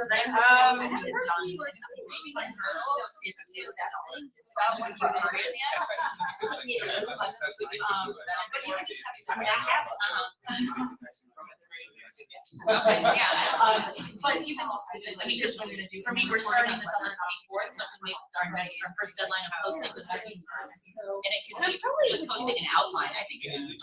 Outline that you create, and however you envision that as an abstract. an actual. Yeah. And here, the other thing. So- Or it could be an abstract and an abstract. You went to. So I, okay. Just be open it up. So it's easier to start. So I would probably say. that's why we're here, right? I need to be Okay. possible for us. Okay. Okay. Okay. And that way, Okay. even if we. Okay, good. The ones that have to. I would say that I think that's what the review is. Okay. Well, then maybe I'll be able to figure it out. Okay, good. Very good.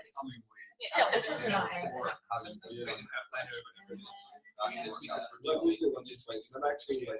Okay, you probably already know. But if you do that, so this week, if you. That's what I'm interested in. Well, let people out here. All my stuff is like. So one person is crossed out. Yeah, we're not graded on this, right? It's. Yeah. Go and submit. I think really very useful to read in our case. So I've done this 2 years. One year.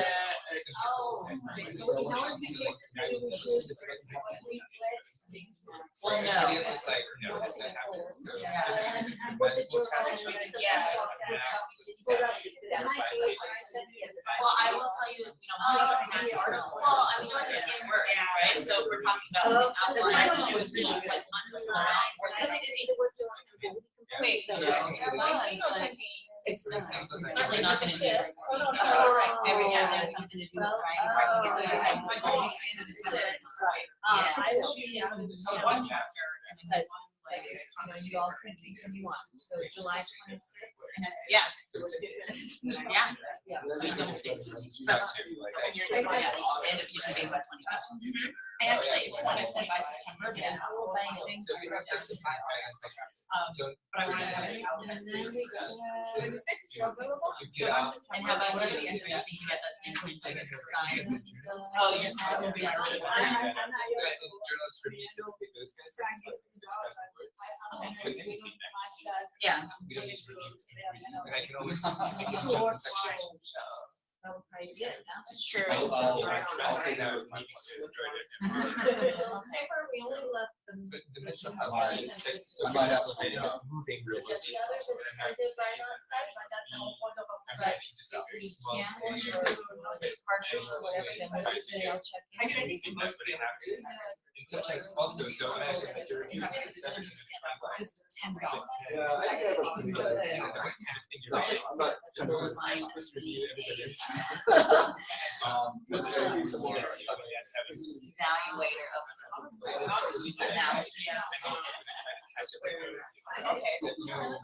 and we just do it in the discussion forum, so forum, where you just post it in the discussion forum.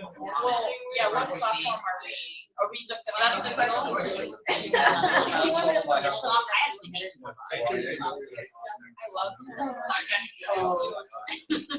Oh, you're doing transcripts and stuff. Well, yeah, I just miss things, yeah, and so Okay. we have to down and see no issues, makes sense. You know. I've definitely done I frankly frankly- stuff. I'm not Okay. but I've definitely say, oh, this is synthesized. I've looked at like my moving on Monday, I've done some basic one of the next, I would say, go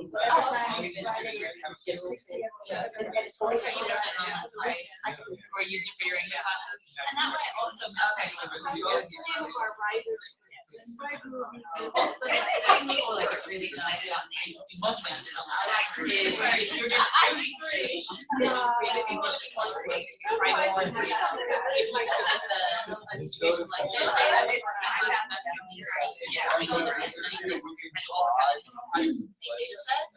and you can use that as a template. So I create a series of discussions. And so something like post your data analysis plan here, and then so once you post, and then other people can look at it and comment on it. I guess so. I mean, Everyone can see. we'll see. Yeah, you can attach files to it. So if you wanted to do a really in-depth, I have comment, and some people like some people love to do like, okay, I'm gonna download this and I'm gonna track changes and I'm gonna comment on this and all that. And some people will download it, look at it, and give you 4 sentences, or right. So you can do either way you're comfortable. And then the person will end up with maybe 2 documents that have comments also, and one that doesn't, and then they can just integrate it all. You know, you just do There's a tool that I use all the time. I am not sure. Instant messaging. I think if we I'm on steroids where you can just add a link, integrate the document, add an application. Yeah, you know, the one thing that's one that I hate, I don't really want to take just like paragraphing. That's why I like emails, because it's there until I'm ready to do it. Same with the online class.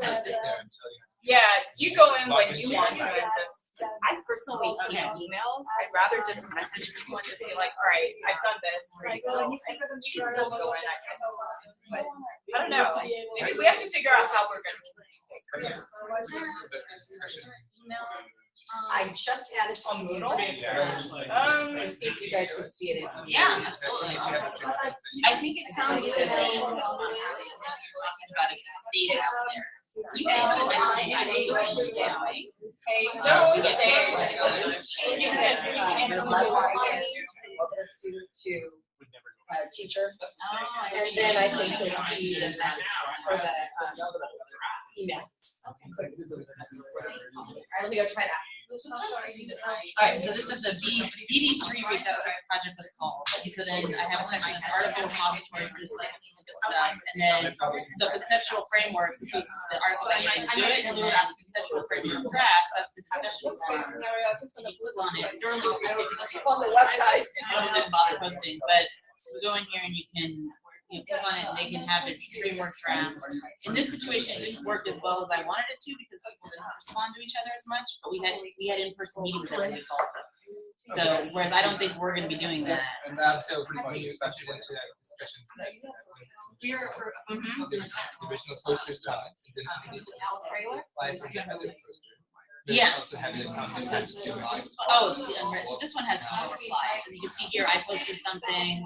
Each one of the students posted something. And here Rico posted this. I replied to it. I said, here are my suggested edits, and I this thing and edited it. And posted it. So if we did this discussion for So I was just noticing on our calendar. I will say I've used some I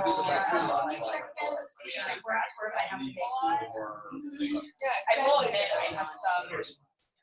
No, I don't like it. I'll add it to every.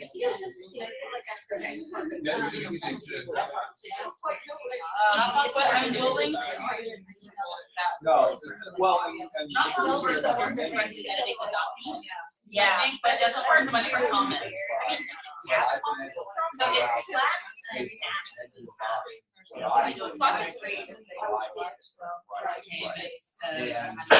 don't have an iPad. There's a web-based version and an app version. Download on your desktop, wherever, your tablet. I have it on my iPad too. I can just create a channel where we just talk.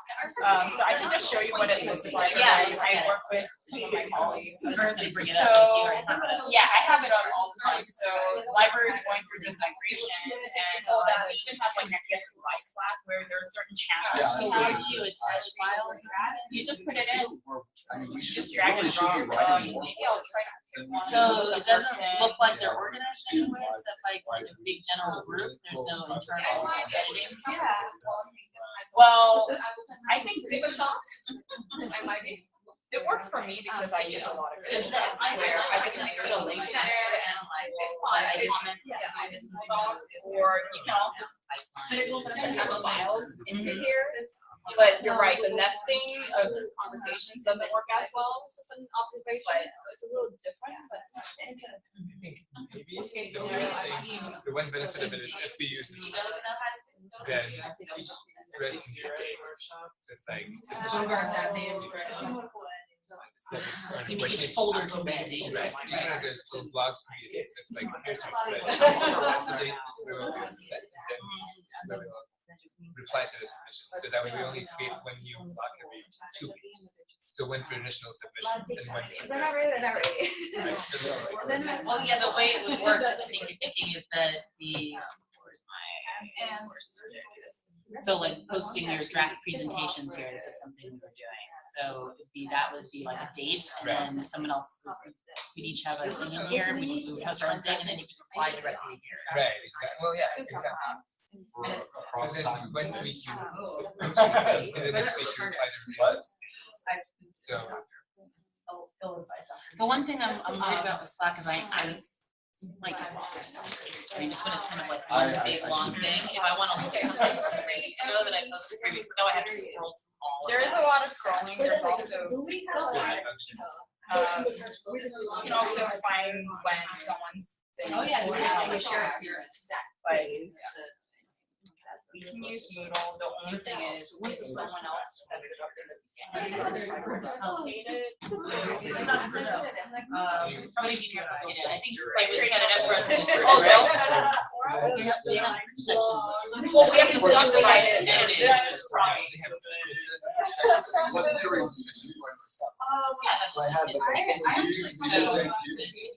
show is Apple. I'm with you on this. No, it's, we're already listed as group 2. Yeah, I mean, so I can, if they give me editing capacity, I can just go in and add the discussion forums. I do it. I know, it did for me the first time I did it too, but now that I've been doing it for a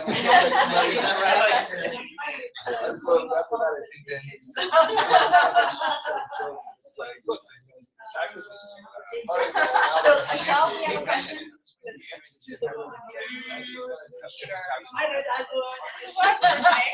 think it actually makes sense to be here this beginning of the summer writing. Yes. In a way that I can edit and post to special forums to make stuff posted. I don't have editing capacity right now? I don't have. Let me see. No, I do not. I thought you did, but okay. They're not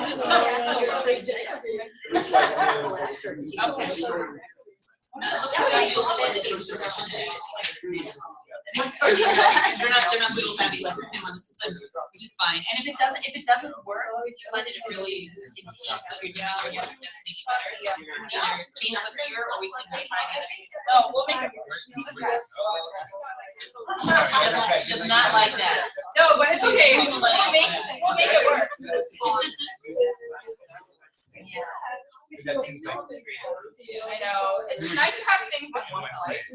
Yeah, and that was a problem, is that I had students emailing me directly, and I couldn't say yeah. But other than that, I think this will work out really well. And that way, you know, if I'm working on it at 1 a.m., and you know, I just send it to my editor.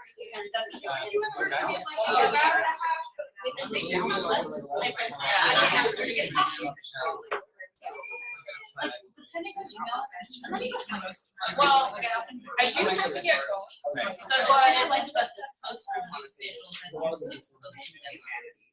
And so the first one's the 31st, and then it's June 14th, June 28th, July 12th, July 26th, and then August 9th is our last one. And then the next week is every other week. So it's every other week, and I like that, because that to me is regimented. Right, no, but I will have to think, conceptualize what in your, I think each one of us can conceptualize what 6 months we want to break our own work up into. Since you're gonna set up the Google Docs, maybe I can just send out an appointment for our calendar. I'll take that on. So Like the due date appointment is free. You just get your stuff. Yeah, I kind of live and die by No, I agree. I think that's great. So I usually like Wait.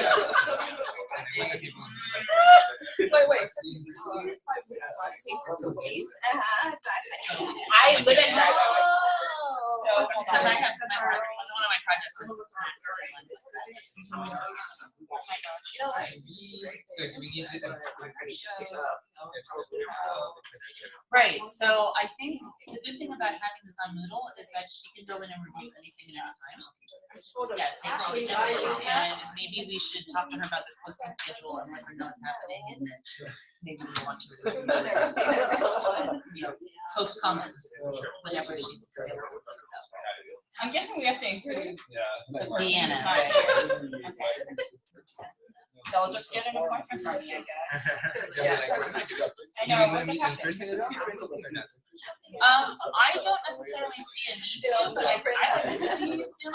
Yes, I love Zoom. I think Zoom is the best way to do an in-person. Do you want to make an update here? No. I have a Zoom channel, so I can set it. 1 second. Sorry. What Erica did is, for those of you who are interested in using the Titanium community that you have access to, so maybe some of you want to deposit things there, share things with each other that way. What Erica did just now is put you in as a non-editing teacher.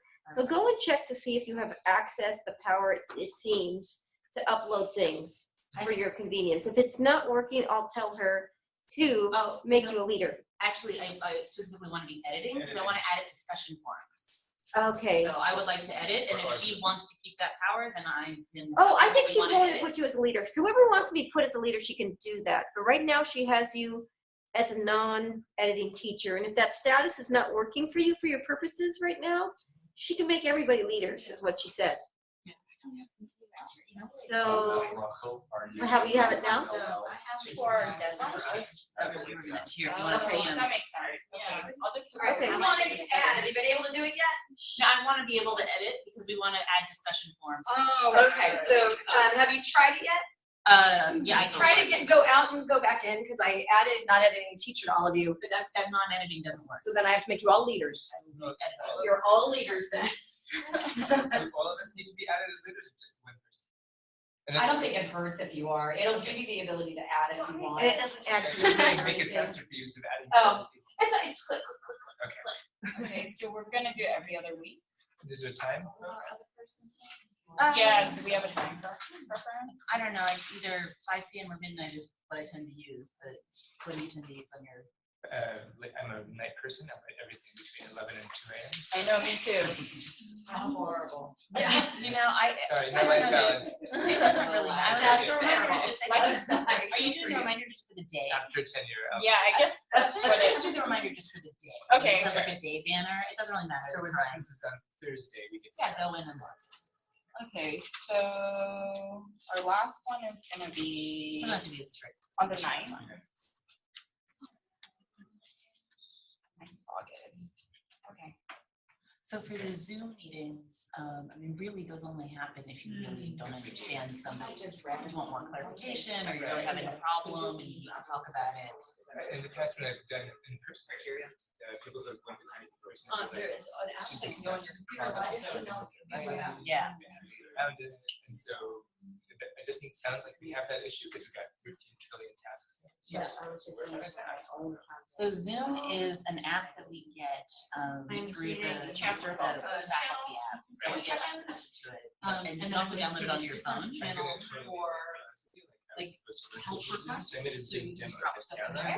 Hey, I can show you how. And I guess just for the sake of the appointment, I'm just gonna set it up from the 31st until August 9th every other week, because that's when we're posting. And I just included my Zoom channel in case they ever need to meet. On And an you just, online. you made we're busy, the time is not. Should I make it busy? Oh, no, I'm sorry, the time is free. Yeah, I put it free because it seems Perfect. like this is more of a Yes. posting reminder Yes. than like blocking out time for Right, it. absolutely. Okay. That's what I meant. So, if you want to include a This is exactly what you're doing. Yeah. Can you set up a reminder for Tuesday? Like it would remind us the day before? Sure. Remind us one Do you day have before. a time preference? I think just one day, reminder one day before. Okay. Just for those of us who might be last minute. Which I am. I already kind of outed myself for that. So I set it up for Wednesday. Yeah. Okay. That's perfect. Okay, so we've got one week from today to post whatever we deem to be our first necessary thing to post. And so. Okay, so you guys should have at least Under direct messages. You can tell I like have. I fully utilize my calendar. There are all kinds of tech savvy in here. Okay. Yeah. All Okay. right, everybody's a leader, so you should be able to do everything now. Oh, so you have to get rid of the other. Makes less work for me. Everybody's a leader. It's my Freudian slip showing. And then, no, and I can now go in and edit, so I will do that now and look at it. Should we write something? Yeah, it would be nice if, would you mind doing that? I'll do that. So Okay. you setting up a Slack or Zoom. And did you see your messages are Yeah. In case I miss it. Maybe a little. All right, so you're good. And I understand. I guess, oh, yeah, that way we all have it in. Okay, but you can email everybody. Right, okay, I'm familiar. Okay. You see your virtual reality, and then once I get a VCC from my VCC, then I'll send you the last version. And I'll also send you the new names. Where's next short and sweet here? And then,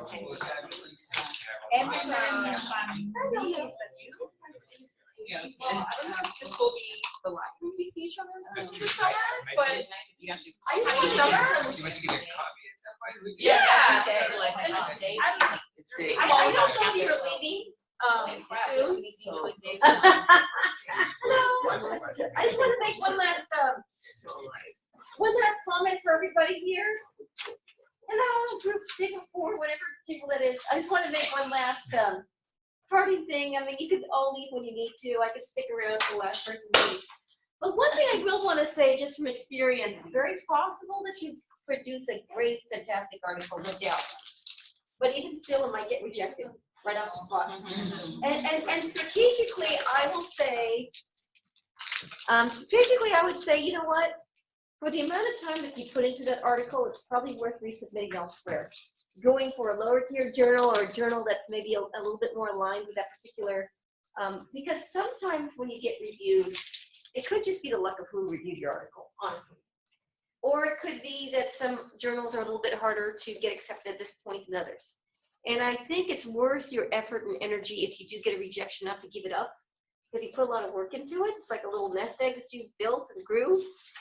It's definitely worth your energy to take whatever comments you've got to improve it and resubmit elsewhere. I mean, that's the best use of your energy and effort. The only time I wouldn't do it if there was some egregious problem with your data, or there's something seriously wrong with the premise or something. Anything short of that, you know, if it's sound work, you know, in terms of the methods you use, the analyses you used, and the contributions in literature, it's worth resubmitting somewhere else. There's so many journals out there. That's the best use of your time. I will say from personal experience, I had to resubmit one particular article 4 times. I thought it was pretty good, actually, and I guess finally some place did accept it, but every time I got a rejection, I would take into consideration the feedback I got if I did, and make it a little bit better, go somewhere else. And finally, I did find the right journal, and a reputable one. So, yes. Sometimes you get the same reviewers for your articles. So if you submit and then it's rejected, it's better to modify it so that if for some random reason the same person exactly will review it for a different journal, right? The person can see that you've taken those comments into account and will be more likely to accept you. It increases your odds for sure. Yes. And you can even say in your cover letter that I took strongly into consideration my colleagues' comments. You don't have to say it got rejected, but you can say, I, you know, made the due diligence of taking into consideration people's comments. So, yeah, however long you need. I'm going to stick around a little longer until it's time to go for you. Which is what I'm doing. Which is great. I think I might So, have. I was invited to channel. I'm gonna have my others. Yeah, Matt. Yeah, we have Matt come in our other meeting. But you should always. Okay, Okay, not 12. Well, yeah, not really. I asked that question.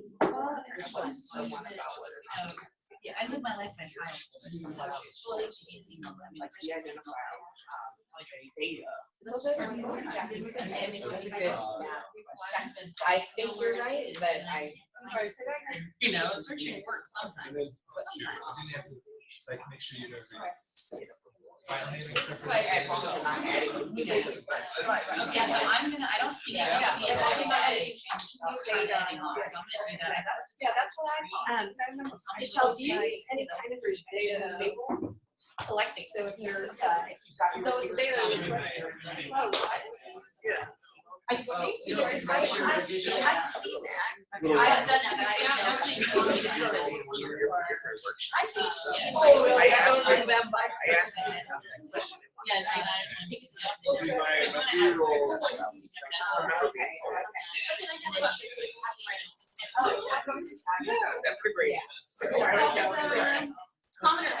And then you write it whenever it's The 1-year-old, he's. Yeah. So you attach something here, and you can mail everybody to let them know that you're in it. I don't like it. Yeah. Okay. Choose the one letter.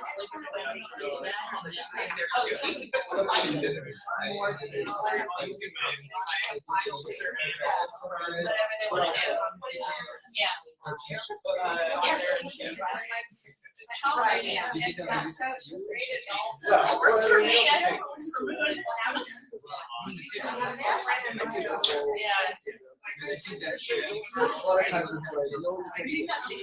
Yeah, almost done.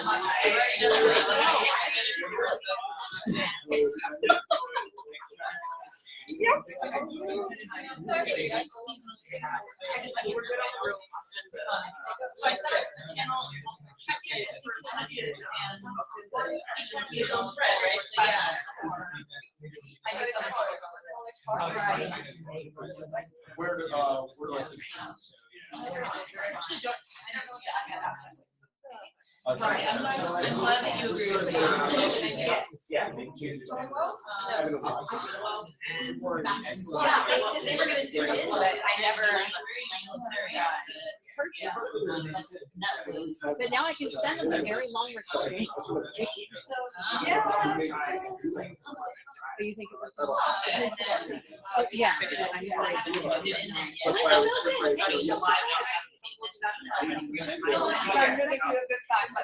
It's right behind you. The first lot is all. I just said to it, it said Michelle Ramos. And then, I better check my email. So for that, we have a week to look over our own comments and look over other people's comments and encourage other people on or something else. She'd already had another professional marketing. Okay,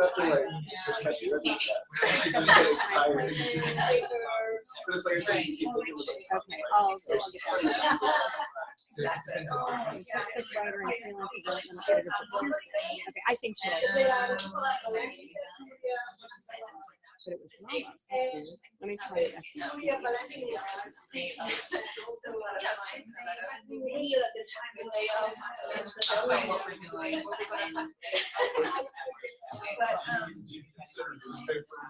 Sort of.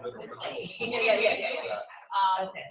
So you're asking me all of the things. Not very, you know? Especially because they're all the same. Exactly. The thing is, yeah, that's it. It's a first draft. I'm changing the session title plans. So, well, I am changing the comments saying those first in the due date of the, yeah, it's not right. Actually, since you did that.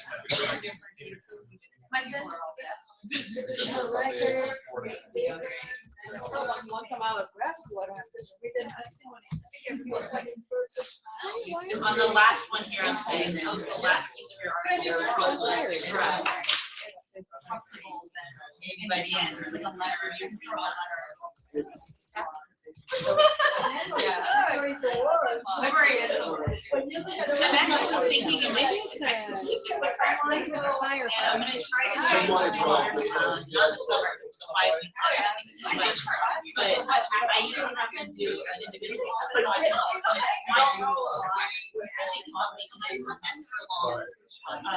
Where they submit how they talk about it, so it's more instead of and then I can do comments, do iteration, and then they can do like a much better.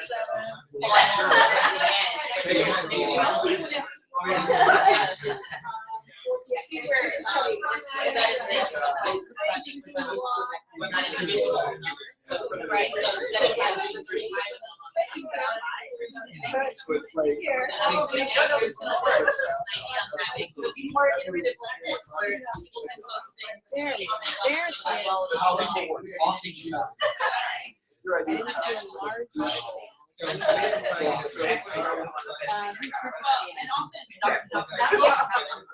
Is Michelle Ramos?